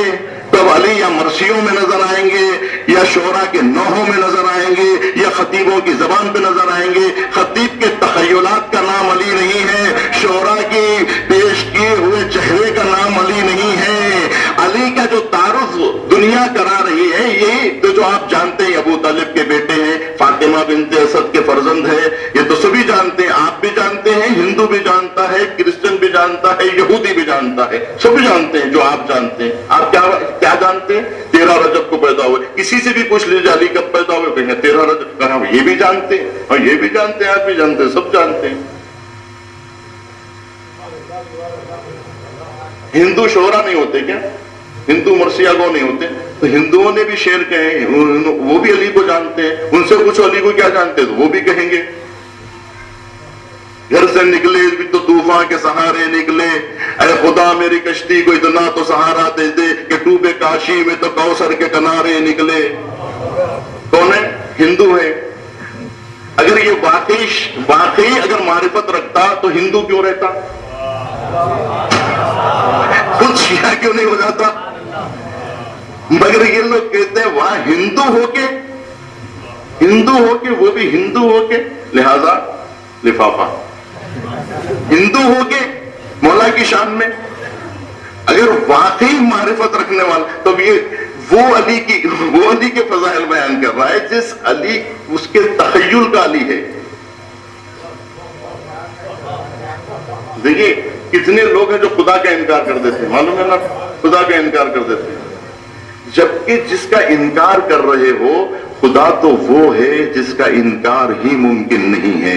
تم جس کا انکار کر رہے ہو وہ خدا نہیں ہے. تم جس کا انکار کر رہے ہو وہ خدا نہیں ہے. خدا تو وہ ہے کہ جس کا انکار ممکن ہی نہیں ہے. آپ جس خدا کو نہیں مان رہے ہیں, ایک شخص نے کہا میں خدا کو نہیں مانتا, ایک موحد نے کہا میں بھی نہیں مانتا, اس لیے کہ جو خدا قابل انکار ہے اس خدا کو تو میں بھی نہیں مانتا. تم کیا خدا کو نہیں مان رہے ہو؟ اس لیے کہ تم کہتے ہو اوپر والا کوئی نہیں ہے, اوپر بیٹھنے والا کوئی نہیں. میں بھی کہتا ہوں اوپر بیٹھنے والا کوئی بھی نہیں. وہ خدا جو اوپر ہو نیچے نہ ہو اس خدا کو تو میں بھی نہیں مانتا. انسان کے مزاج کی اس میں نہیں ہے وہ کچھ نہیں ہے, کچھ بھی نہیں ہے سوائے وہ دل نواز دوست نہ ہمت شکن عدو, وہ پائے بند رسم وفا و جفا نہیں, جذبات جس پہ ٹوٹ پڑے وہ خدا نہیں. خدا تو وہ ہے جس کا انکار ہی نہیں ہوتا. اسی طرح سے جو حقیقی علی ہے وہ قابل انکار ہی نہیں ہے. جس علی کا آپ انکار کر رہے ہیں شاید وہ آپ کے تخیل کا بنایا ہوا علی ہو. تخیلات کی بنائے ہوئے خدا کا لوگ انکار کرتے ہیں. جو آپ کے ذہن میں جو خدا بنا لیا ہے اس کا آپ انکار کر رہے ہیں. حقیقی خدا کو تو آپ جانتے ہی نہیں ہیں. اگر اس کو جان لیں گے تو انکار نہیں کر سکیں گے. اسی طرح سے اگر کوئی علی کی معرفت حاصل کر لے تو پھر وہ امیر المومنین کا دشمن نہیں بن سکتا. جس سے دشمنی کر رہا ہے وہ علی نہیں ہے, وہ کوئی اور ہے, اس کے ذہن کا علی ہے. تو ہم ہو سکتا ہے کہ تخیلاتی علی کو مانتے ہوں, ہمارے ذہن میں جو علی ہے ہم شاید اس کو مانتے ہوں. جو علی کو خدا نے پیش کیا ہے شاید ہم اس علی کو نہ جانتے ہوں. وہ علی آ جائیں گے تو ہم کہیں گے یہ کون ہے؟ یہ قرآن کا علی. اس لیے کہ جب آیت سنائی جاتی ہے تو آپ کہتے ہیں یہ کون سی آیت ہے, یہ تو ہم نے سنا ہی نہیں ہے. تو جنہوں نے قرآن نہیں سنا ہے سمجھو اس نے علی کو نہیں دیکھا ہے, اس لیے کہ علی کا چہرہ قرآن کی آیتوں میں جلوگر ہے. قرآن کی آیتوں میں علی نظر آتے ہیں. آپ قرآن اگر نہیں پڑھتے تو اس کا مطلب یہ ہے کہ آپ کو علی کی معرفت نہیں ہے. آپ کو امیر المومنین کی معرفت حاصل کرنا ہے تو قرآن پڑھنا ہوگا, خدا سے پوچھنا ہوگا علی کیسے ہیں. اگر آپ خدا سے نہیں پوچھ رہے ہیں تو اس کا مطلب یہ ہے کہ آپ علی کے بارے میں کچھ نہیں جاننا چاہتے. اگر آپ کو امیر المومنین سے تھوڑی بھی محبت ہے تو آپ خدا سے پوچھیں گے پروردگار تیرے اس بندے کی معرفت عطا فرما کہ یہ بندہ کیسا بندہ تھا. تو اب قرآن کی آیتیں آئیں گی کہ یہ بندہ ہے, یہ ایسا مجاہد ہے, یہ ایسا نمازی ہے, یہ ایسا روزہ دار ہے, یہ ایسا حاجی ہے. یہ فضائل قرآن بیان کریں. آپ قرآن سے سننا نہیں چاہتے, آپ نبی کریم کے پاس جائیے, احادیث نبوی کا مطالعہ کیجیے, پوچھیے یا رسول اللہ آپ بتائیے علی کیسے ہیں. بس عزیزان گرامی, اس کے لیے معرفت حاصل کرنے کے لیے پہلی شرط یہ ہے کہ میں جو عرض کر رہا تھا آپ کے خدمت میں کہ یہ جو جانور ہیں وہ معرفت نہیں حاصل کر سکتے. بھینس کو آپ معرفت کا درس دیں گے. اخفش نام کا ایک جو ہے وہ ادیب گزرا ہے, وہ جو ہے بکری کے کان میں سبق سنایا کرتا تھا. بزے اخفش کا بز, یعنی یہ اخفش کا بکرا ہے, یہ کیا معرفت سیکھے گا, کیا درس سیکھے گا. وہ اصل میں اپنا درس دہرانے کوئی اس کا ہم مباحث نہیں ملتا تھا تو اس نے بکرے ہی کو اپنا ہم مباحث بنا لیا. اس کے سامنے جو ہے پڑھتا تھا وہ سر ہلاتا تھا, بس اس کو اتنا ہی کافی تھا کہ کوئی سر ہلانے والا ہو, چاہے سمجھے نہ سمجھے, اور اس کو اپنا سبق. کتنے لوگ ایسے ہیں جو پریکٹس کرتے ہیں, کتابت کی پریکٹس کرتے ہیں میدان ممبر پہ, چاہے یہ سمجھے نہ سمجھے, ہم سے کیا مطلب ہے, ہم کو تو پریکٹس کرنا ہے. تو یہ بزے اخفش ہے. تو یہ جانور تو معرفت نہیں حاصل کر سکتا ہے نا. تو معرفت کون حاصل کرے گا؟ معرفت وہ حاصل کرے گا جو انسان ہوگا. تو ہمیں کیا بننا پڑے گا؟ انسان. انسان بننے کے لیے عاقل بننا پڑے گا. یعنی عقل جب تک نہیں آئے گی ہم اس وقت تک معرفت نہیں حاصل کر سکتے. اور عقل والے لوگ کون ہوتے ہیں؟ جن کو لذت علم ملتی ہے، لذت معرفت ملتی ہے. اس مرحلے تک تو ہم نہیں پہنچے.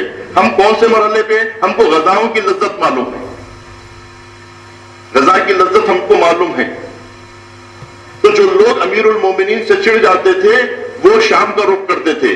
وہ کہتے تھے، آپ نے سنا ہوگا نا کہ جو لوگ شام جاتے تھے ان سے جب پوچھا جاتا تھا کہ آپ علی کو چھوڑ کر ابن ابی سفیان کے پاس کیوں جا رہے ہیں، تو وہ لوگ کہتے ابن ابی سفیان کے ساتھ کھانے کا مزہ ابن ابی سفیان کے دسترخوان پہ آتا ہے، نماز کا مزہ علی کے پیچھے آتا ہے. ہم کو نماز کا مزہ نہیں چاہیے، کھانے کا مزہ ہے. ہمیں کھانے کا مزہ یاد ہے، لہذا ہم جا رہے ہیں شام کی طرف. ایک روایت تو یہ بھی کہتی ہے کہ علی کے سگے بھائی بھی تھوڑی دیر کے لیے شام چلے گئے تھے دسترخوان پر بیٹھنے کے لیے، کیونکہ علی کے ساتھ رہنے میں سوکھی روٹی کو پانی میں ڈبو کے کر کے علی کھاتے تھے. لہذا یہ جب کھانا پسند نہیں آتا تھا، جب زبان کو چٹخارا لینے کی عادت پڑتی تھی، اور جو ہے جب لذت زبان سے چونکہ آشنا تھے سب، وہ جاتے تھے وہاں پر. جب ان کو احساس جب عقل و شعور جب ان کا جاگتا تو پھر واپس لوٹ کے علی کے پاس آ جاتے. یہ کون لوگ ہیں؟ یہ سب علی کے محب ہیں، یہ سب علی کے محب ہیں. ابھی آپ سے کہا جائے مجلس میں تشریف لائیے تو حصے میں کیا بٹ رہا ہے؟ آپ تو علی والے ہیں نا، آپ کو تو معرفت علی چاہیے نا. کہتے ہیں نہیں، ہم کو جو ہے زبان کا مزہ سے ہم آشنا ہے، وہ معرفت کا مزہ تو ہم نہیں جانتے، مگر حصے کا مزہ معلوم ہے، بریانی کا مزہ جانتے ہیں، حلوے کا مزہ جانتے ہیں، یہ زبان مرغ مسلم کا مزہ جانتے ہیں. تو پھر ہم میں اور ان میں کیا فرق ہوا؟ کتنے ایسے تھے. دیکھیے اسے میں گفتگو ختم کر رہا ہوں، جیسا کہ آپ ملاحظہ کر رہے ہیں. کل جو میں نے کہا تھا اس کی آج مثالیں پیش کر رہا ہوں. لذت جسمانی کی مثال کہ علی والے علی کا دسترخوان چھوڑ کے، دو دسترخوان تھے، ایک کوفے کا دسترخوان، ایک شام کا دسترخوان. کوفے کے دسترخوان پہ سوکھی روٹی تھی، تو جن لوگوں کو سوکھی روٹی پسند نہیں تھی علی کی، وہ علی کا دسترخوان چھوڑ کے شام کے دسترخوان پہ بیٹھتے تھے. ہوگی بات. لذت جسمانی والے. لذت خیال کے بھی لوگ ہوتے تھے جن کو حکومت چاہیے ہوتی تھی، ان کے پاس کھانے کو کھانا تو تھا، بڑی بڑی شخصیتیں تھیں. امیر المومنین کے حلقے میں البتہ امیر المومنین کے سگے پھوپھیزاد بھائی، پھوپھی صفیہ کے بیٹے ما زال زبیر ہمیشہ ہم اہل بیت کے ساتھ رہا. زبیر کون ہے معلوم ہے؟ سگا پھوپھیزاد بھائی. وہ ایک اوٹ جو شورا میں امیر المومنین کو ملا زبیر کا اوٹ تھا.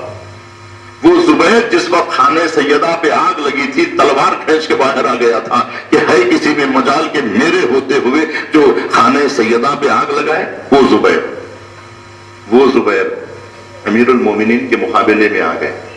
کیوں؟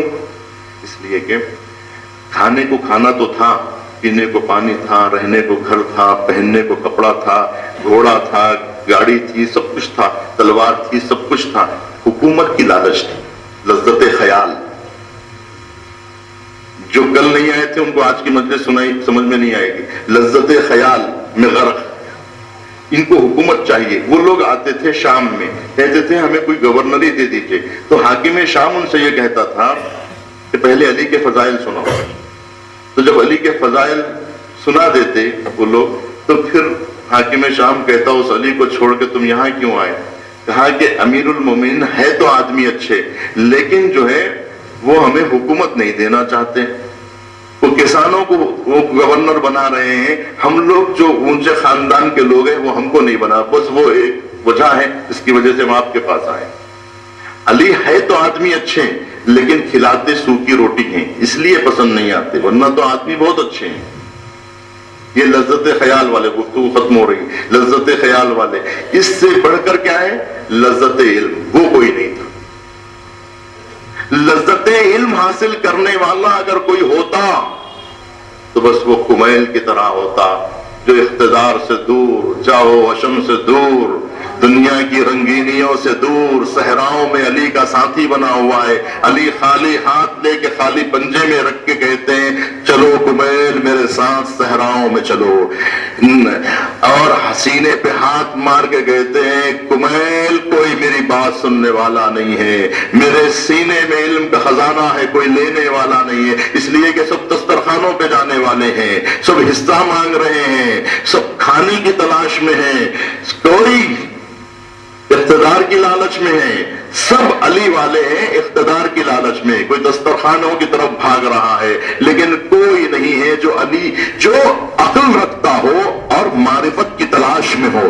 عاقل بہت کم تھے, کمیل جیسے بہت کم تھے, مالک اشتر جیسے بہت کم تھے, ان کو لے کر علی صحراؤں میں جاتے تھے. اگر ہمارے جیسے ہوتے تو ہم بھی دسترخوان پہ نظر آتے. اس وقت ہم کہاں نظر آ رہے ہیں, اس وقت بھی وہی نظر آتے.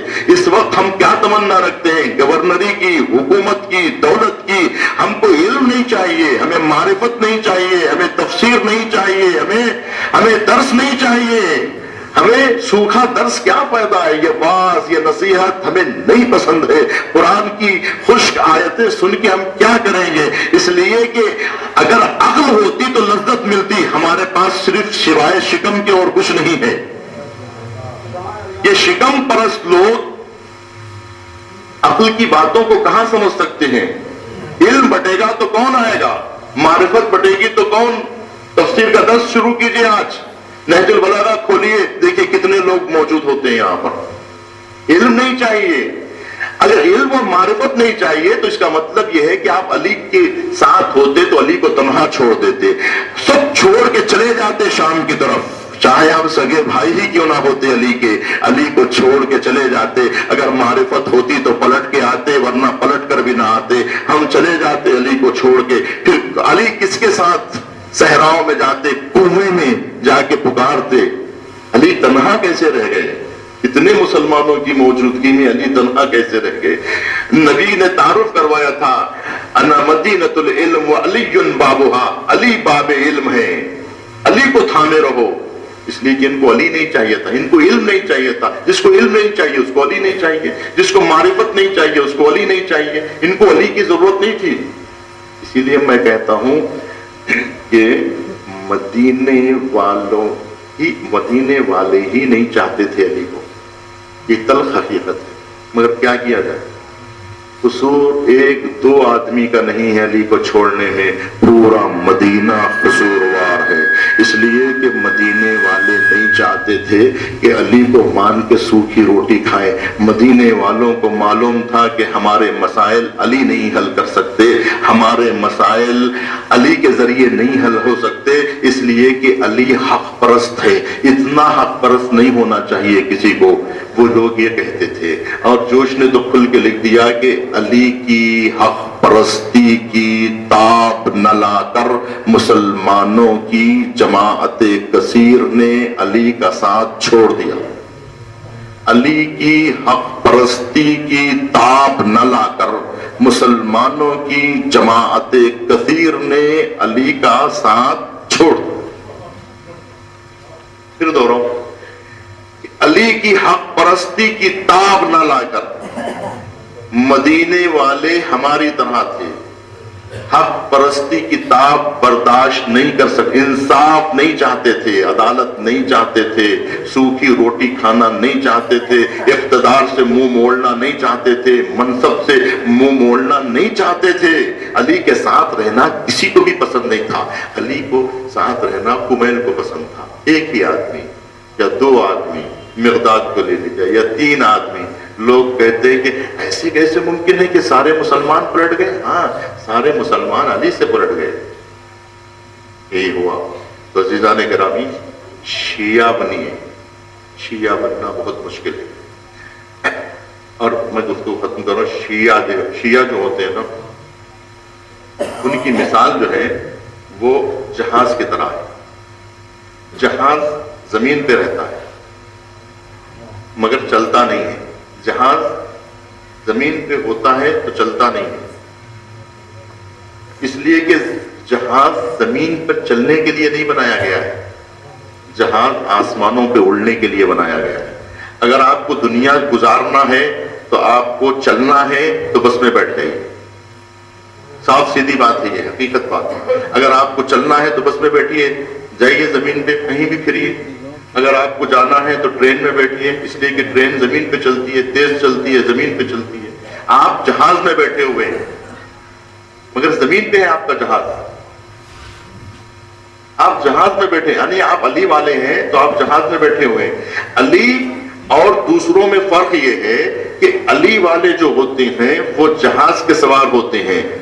علی والوں کی دیکھیے یہی وجہ ہے شیعہ معاشرے میں کی مجبوری کیا ہے معلوم؟ شیعہ معاشرہ گرتا ہے تو زمین پر نظر آتا ہے، اڑتا ہے تو آسمان کی بلندی پہ نظر آتا ہے. شیعوں میں درمیان کی کیفیت آپ کو نہیں ملے گی. شیعہ رینگتا ہوا نظر نہیں آئے گا. یہ ایک مجبوری ہے، اس سوسائٹی کی مجبوری ہے. یہ سوسائٹی اگر اڑتی ہے تو آسمان کی بلندیوں پہ نظر آتی ہے.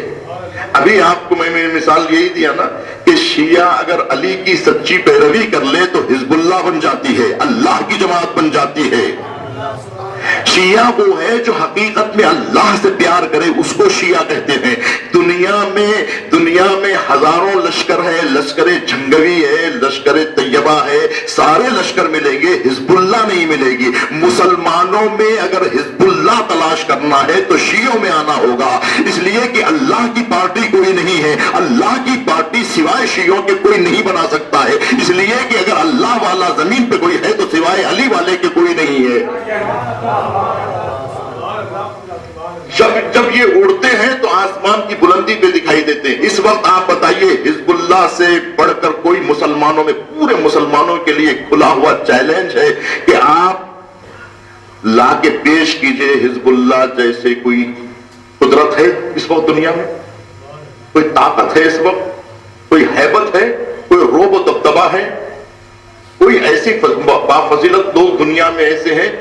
پوری دنیا امریکہ سے ڈرتی ہے، امریکہ حزب اللہ سے ڈرتا ہے.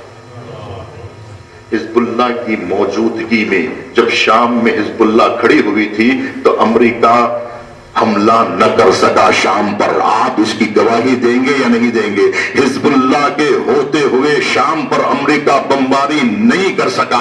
افغانستان پہ حملہ کیا یا نہیں کیا؟ پاکستان پہ امریکہ نے حملہ کیا یا نہیں کیا؟ عراق پر امریکہ نے حملہ کیا یا نہیں کیا؟ اس لیے کہ عراق میں حزب اللہ نہیں ہے، حملہ کر دیا. بات شیعہ سنی کی نہیں، بات حزب اللہ کی ہو رہی ہے. عراق کے اندر شیعہ نہیں، عراق کے اندر شیعہ تو ہے، حزب اللہ نہیں ہے. لہذا عراق پر حملے ہو رہے ہیں یا نہیں ہو رہے ہیں؟ ہو رہے ہیں. اب آئیے آگے بڑھیے. افغانستان پہ حملہ ہو رہا ہے یا نہیں ہو رہا ہے؟ پاکستان پہ حملہ ہو رہا ہے یا نہیں ہو رہا ہے؟ امریکہ کسی سے نہیں ڈرتا، امریکہ حزب اللہ سے ڈرتا ہے، امریکہ سچائی سے ڈرتا ہے، امریکہ حق سے ڈرتا ہے. پوری دنیا میں اگر کوئی حق پرست ہے تو وہ حزب اللہ ہے. کم من فئۃ قلیلۃ غلبت فئۃ کثیرہ. کتنے چھوٹے چھوٹے گروہ ایسے ہیں جو بڑی بڑی طاقتوں پہ غالب آ گئے. دنیا کی سب سے بڑی طاقت اس وقت اگر کوئی ہے تو وہ حزب اللہ ہے. اس لیے کہ دنیا کا ہر لشکر اپنی جان بچا کے بھاگتا ہے. جو موت پر ٹوٹتے ہیں اسے حزب اللہ کہا جاتا ہے.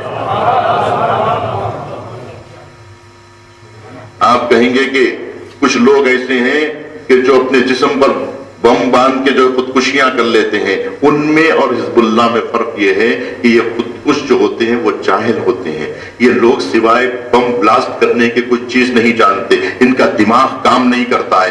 شام میں یہ لوگ کیوں ہار رہے ہیں؟ اس لیے کہ یہ لوگ اتنے بڑے تکفیری دہشت گرد جو لوگوں کا گلا کاٹتے ہیں نا، وہ لوگ بھی حزب اللہ سے ڈرتے ہیں. اس لیے کہ ان کو صرف گلا کاٹنا آتا ہے. جب وہ حزب اللہ کا چہرہ دیکھتے ہیں تو بھاگ پڑتے ہیں اور ان کا دماغ کام نہیں کرتا ایسے وقت میں. لیکن دہشت گردوں کے مقابلے میں حزب اللہ کا دماغ کام کرتا ہے. وہ حزب اللہ والے دہشت گردوں کی گلی میں داخل ہوتے ہیں اور خوف نہیں کھاتے، پورے ہوش و حواس کے ساتھ ہوتے ہیں. تو دنیا میں اس وقت کہا یہ جا رہا ہے کہ دنیا میں کوئی فوج ایسی نہیں ہے جس پر موت جب سامنے آئے تو دماغ کام کرے. موت کے سامنے دماغ کام نہیں کرتا ہے. پوری دنیا کے دہشت گردوں کا بھی دماغ کام نہیں کرتا. دہشت گرد جان تو دے سکتے ہیں لیکن موت کو دیکھ کر ان حواس کھو دیتے ہیں. جب حواس کھو دیتے ہیں تو کاروائی نہیں کر سکتے، دماغی کاروائی۔ شہزادی زینب کا روزہ طاقت کے بلبوتے پہ نہیں بچایا گیا ہے، عقل و فراست اور ایمان کے بلبوتے پہ بچایا گیا ہے، اس لیے کہ دنیا کے سب سے بڑے مجرموں کے سامنے انہوں نے روزہ زینب کی حفاظت کی ہے۔ آپ کو معلوم ہے بہت باریکیاں اس کے اندر، میں وقت ختم ہو چکا ہے، کہ اس طرح سے حزب اللہ وجود میں آتی ہے۔ شیعہ وہ ہوتے ہیں جو جہاز کے سوار ہوتے ہیں، اڑتے ہیں تو آسمان کی بلندی پہ، گرتے ہیں تو زمین کی کھائی میں۔ ایک ہمارے دوست تھے، آپ بھی جانتے ہیں کوثر بھائی، وہ کہتے تھے کہ بھائی ہم ابھریں گے تو آسمان کی بلندی پہ دکھائی دیں گے، ورنہ ہمارا نام و نشان بھی تم بھول جاؤ گے۔ ہم نے کہا دو حال سے خالی نہیں ہے، یہ ایسی بات آپ کہہ رہے ہیں کہ دو حال سے خالی نہیں ہے۔ یہ ہمارے دوست کہتے تھے کہ بھائی میں جب ابھروں گا تو ایسے ابھروں گا کہ 20 خبر نگار ادھر چلیں گے، 20 خبر نگار ادھر چلیں گے، اور جب میں گم ہو جاؤں گا تو تم کو ڈھونڈنے سے بھی نہیں ملوں گا۔ دو ہی تو حالتیں ہوتی، یہ دو حالتوں میں تیسری حالت ہے وہ دوسروں کے لیے، یہی صورتحال ہے ہم شیعوں کہ ہمارے لیے دو ہی صورتحال ہے، تیسری نہیں ہے، یعنی ہم چل نہیں سکتے، رینگ نہیں سکتے، اڑیں گے یا بیٹھیں گے، تیسری صورتحال ہمارے پاس نہیں ہے۔ یہ کیوں نہیں ہے میں بتا دیتا ہوں، اس کا مسئلہ یہ ہے کہ ہمارے پاس جہاز کیوں نہیں چلتا، وہی مسئلہ ہے، جہاز زمین پہ کیوں نہیں چلتا، نہیں چل سکتا ہے، اس لیے کہ اس کے اندر جو ہے خالص پیٹرول ہے، وہ اسٹارٹ کرتے ہی دوڑے گا تو زمین پہ جو ہے ٹکرائے گا۔ پیٹرول پیور ہونے کی وجہ سے زمین پہ نہیں چل سکتا ہے۔ کار کیوں چل سکتی ہے زمین پر؟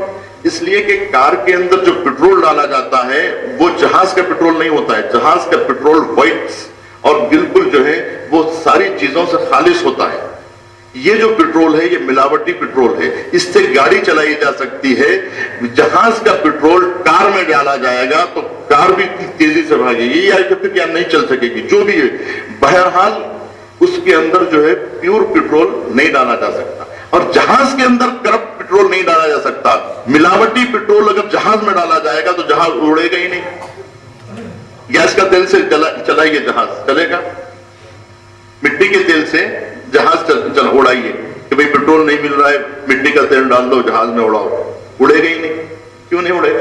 اس لیے کہ پیور پیٹرول چاہیے۔ یہ کیوں چل رہے ہیں؟ اس لیے کہ ملاوٹی پیٹرول سے چل رہے ہیں۔ اب آپ سمجھیں، امیر المومنین کو ماننے کے لیے پیور پیٹرول کی ضرورت ہے، اس لیے کہ امیر المومنین کی جو سیرت ہے وہ خالص سیرت چاہتی ہے، خالص ترین سیرت ہے۔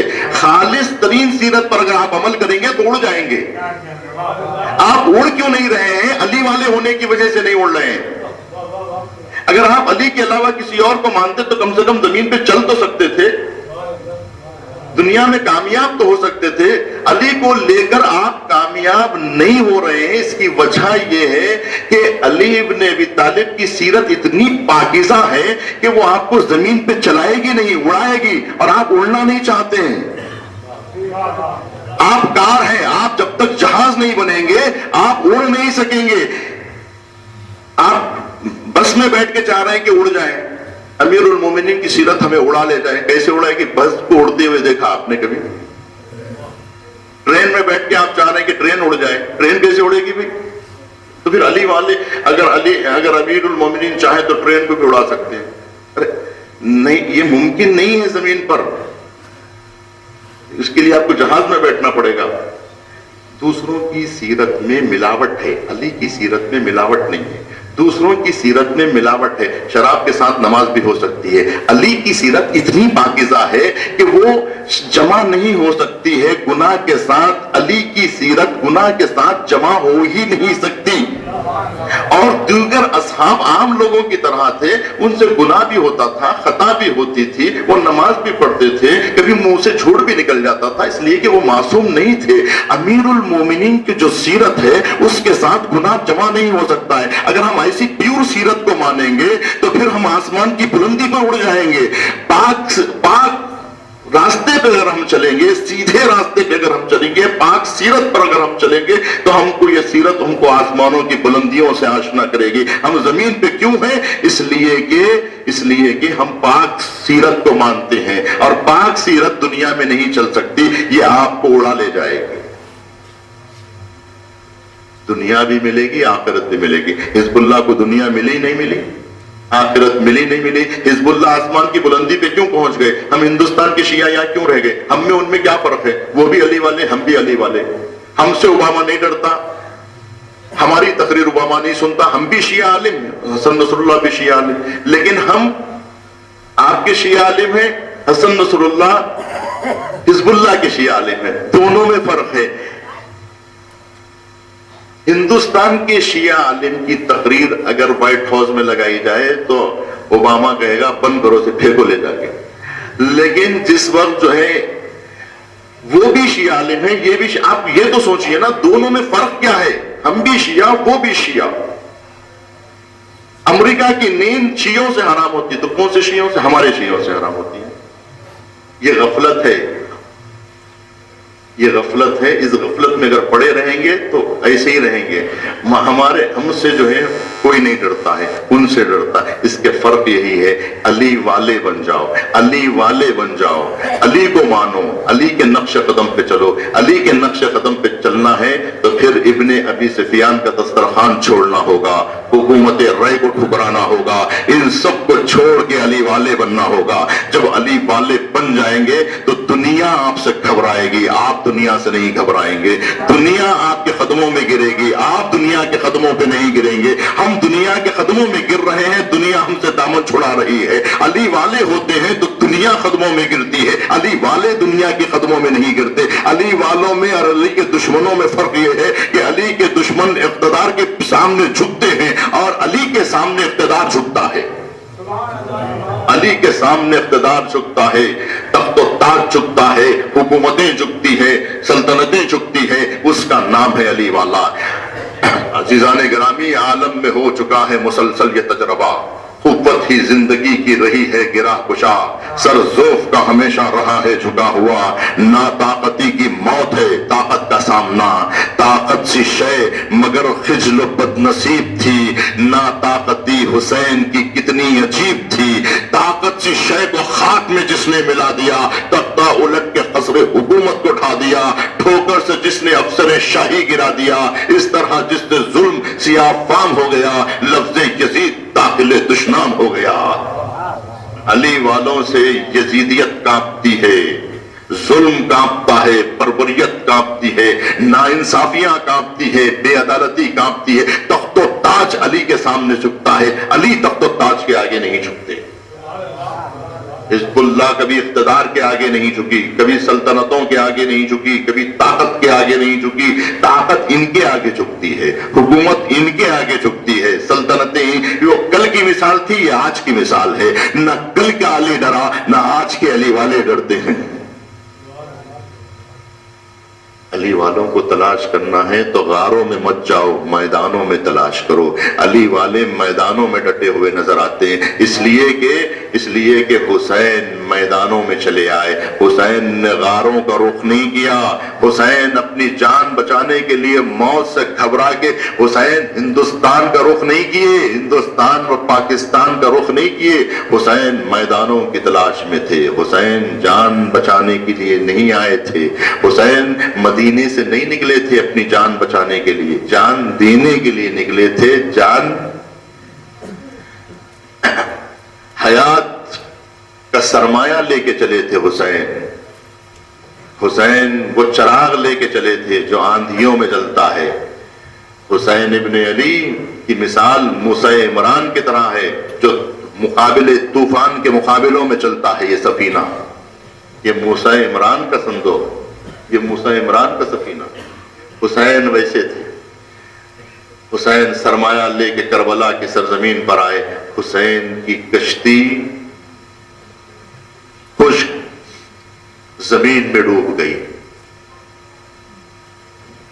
لوگ دریاؤں میں ڈوبتے ہیں، حسین ابن علی کا سفینہ چلتے ہوئے ریگزاروں پر، امام حسین علیہ السلام نے نجات کی کشتی بنائی تھی، اس میں لوگوں کو سوار کیا تھا، لیکن سوار ہونے والے بہت کم تھے، جو کشتی کے باہر تھے وہ ہزاروں تھے۔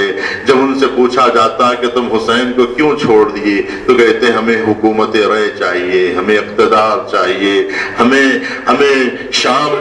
شام کے سکوں کی جھنکار پسند ہے، ہم کو دولت ابن ابی سفیان پسند ہے، ہم کو اقتدار بنی امیہ پسند ہے، ہمیں بنی ہاشم کی سوکھی روٹیوں سے ہمیں کوئی سروکار نہیں ہے۔ ہم پیاسے قافلے کا ساتھ کون دے گا؟ بتائیے، پیاسے قافلے کا ساتھ کون دے گا؟ جو جن کے ماتھے پر موت لکھی ہوئی ہو، اس مرنے والوں کا ساتھ کون دے گا؟ کون ہے جو بے سہارا لوگوں کو سہارا دے؟ کون ہے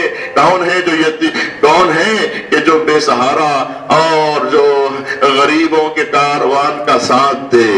حسین کربلا کے میدان میں تنہائی اور غربت کے عالم میں 3 دن کے بھوکے پیاسے شہید کر دیے گئے۔ ذروں پہ سو رہے تھے رفیقان تشنہ کام، شعلوں کے بڑھ رہے تھے پرے جانب خیام، تنہا کھڑے تھے حلقے اشرار میں امام، پروانہ دھوپ کی نہ کوئی فکر سائے کی، خیمے سے آ رہی تھی صدا ہائے ہائے کی۔ وہ دل بجھے ہوئے، وہ ہوائیں تھمی ہوئی، وہ ایک بہن کی بھائی پہ نظریں جمی ہوئی، وہ کیسے حالات تھے۔ کربلا کے میدان میں سورج غروب کر گیا، خیام میں آگ لگ چکی، لٹا ہوا قافلہ کربلا سے چلا، کوفے کی سرزمین پہ پہنچا اور دربار کوفے کے حالات ابن زیاد پوچھ رہا تھا کہ یہ بی بی جو دراز آمد ہے یہ کون ہے کہ جو حکومت وقت سے گھبرا نہیں رہی ہے؟ کیا اسیر بھی سر اٹھا کے چلتے ہیں؟ یہ نخوت و غرور میں، نعوذ باللہ، نخوت و غرور میں سر اٹھائی ہوئی بی بی کون ہے جو اقتدار کے سامنے سر اٹھا کے چل رہی ہے، جبکہ اسیروں کی حالت یہ ہوتی ہے کہ وہ کانپتے ہوئے درباروں میں آتے ہیں، وہ بھیک مانگتے ہیں، اپنے وجود کی رحم و کرم کی بھیک مانگتے ہیں، اور حاکمان وقت کے سامنے اکڑ کے نہیں چلتے، سر جھکا کے چلتے ہیں۔ اسیروں کا جب کاروان درباروں میں آتا ہے تو ان کی حالت الگ ہوتی ہے، ان کے چہرے سے غربت ظاہر ہوتی ہے، ان کے چہروں سے اطمینان نہیں ظاہر ہوتا۔ لیکن ابن زیاد دیکھ کے چونک گیا کہ کربلا سے جو قافلہ آیا ہے یہ قافلے کا اطمینان ہی کچھ اور ہے۔ زینب کبریٰ کا اطمینان دیکھ کے ابن زیاد لرز گیا اور پوچھتا ہے یہ زینب کون ہے، یہ بی بی کون ہے؟ تو آواز آتی ہے یہ علی کی بڑی بیٹی زینب ہے۔ ابن زیاد پوچھتا ہے کہ زینب، کربلا میں تو اللہ نے تمہارا ساتھ نہیں دیا، تم کتنا اللہ اللہ کہتے تھے، تمہارا ساتھ اللہ نے کہاں دیا؟ تمہارے جوان مار ڈالے گئے، تمہارے بچے قتل ہو گئے۔ نعوذ باللہ، ابن زیاد کہتا ہے زینب تمہیں اللہ نے رسوا کر دیا، تم لوگ ذلیل ہو گئے۔ تو زینب پلٹا کے کہتی ہے ابن زیاد خاموش ہو جا، ذلیل اور رسوا تم ہوتے، تم جیسے لوگ رسوا ہوتے ہو، ہم رسوا نہیں ہوئے۔ ما رأیت الا جمیلا، ہم نے سوائے اچھائی کے کربلا کے میدان میں کچھ نہیں دیکھا۔ اور رسوا کرنے والے رسوا ہوتے ہیں، آل محمد کے سروں سے چادریں چھیننے والے رسوا ہوتے ہیں، ہاتھوں میں ہتکڑی پہنانے والے رسوا ہوتے ہیں، نبی کی آل کو در بدر پھرانے والے رسوا ہوتے ہیں، رسوا فرزند فاطمہ کو قتل کرنے والے ہوتے ہیں، رسوا ظالم ہوتا ہے، مظلوم کبھی رسوا نہیں ہوتا۔ ہم رسوا نہیں ہو سکتے اس لیے کہ ہم نے تو اللہ کی راہ میں جان دی ہے، ہم تو سر اٹھا کے چلے ہیں، اس لیے کہ ہم نے اللہ کی راہ میں قربانیاں دی ہیں، ہم نے علی اکبر دیے ہیں، ہم نے قاسم دیے ہیں، ہم نے اون محمد دیے ہیں، ہم نے تو سوائے اچھائی کے کچھ نہیں دیکھا۔ اب ابن زیاد کہتا ہے کہ یہ کون بیوی ہے جو اس طرح سے کلام کر رہی ہے، اور پوچھتا ہے کہ یہ مرد کون ہے؟ کربلا کے میدان میں تو ہم نے سنا تھا کہ سارے جوان قتل ہو گئے، یہ جوان کون ہے؟ کہ 24-25 برس کا جوان کون ہے یہ؟ تو کوئی کہتا ہے کہ یہ علی ابن الحسین ہے، یہ علی اکبر ہے، یہ علی اکبر ہے۔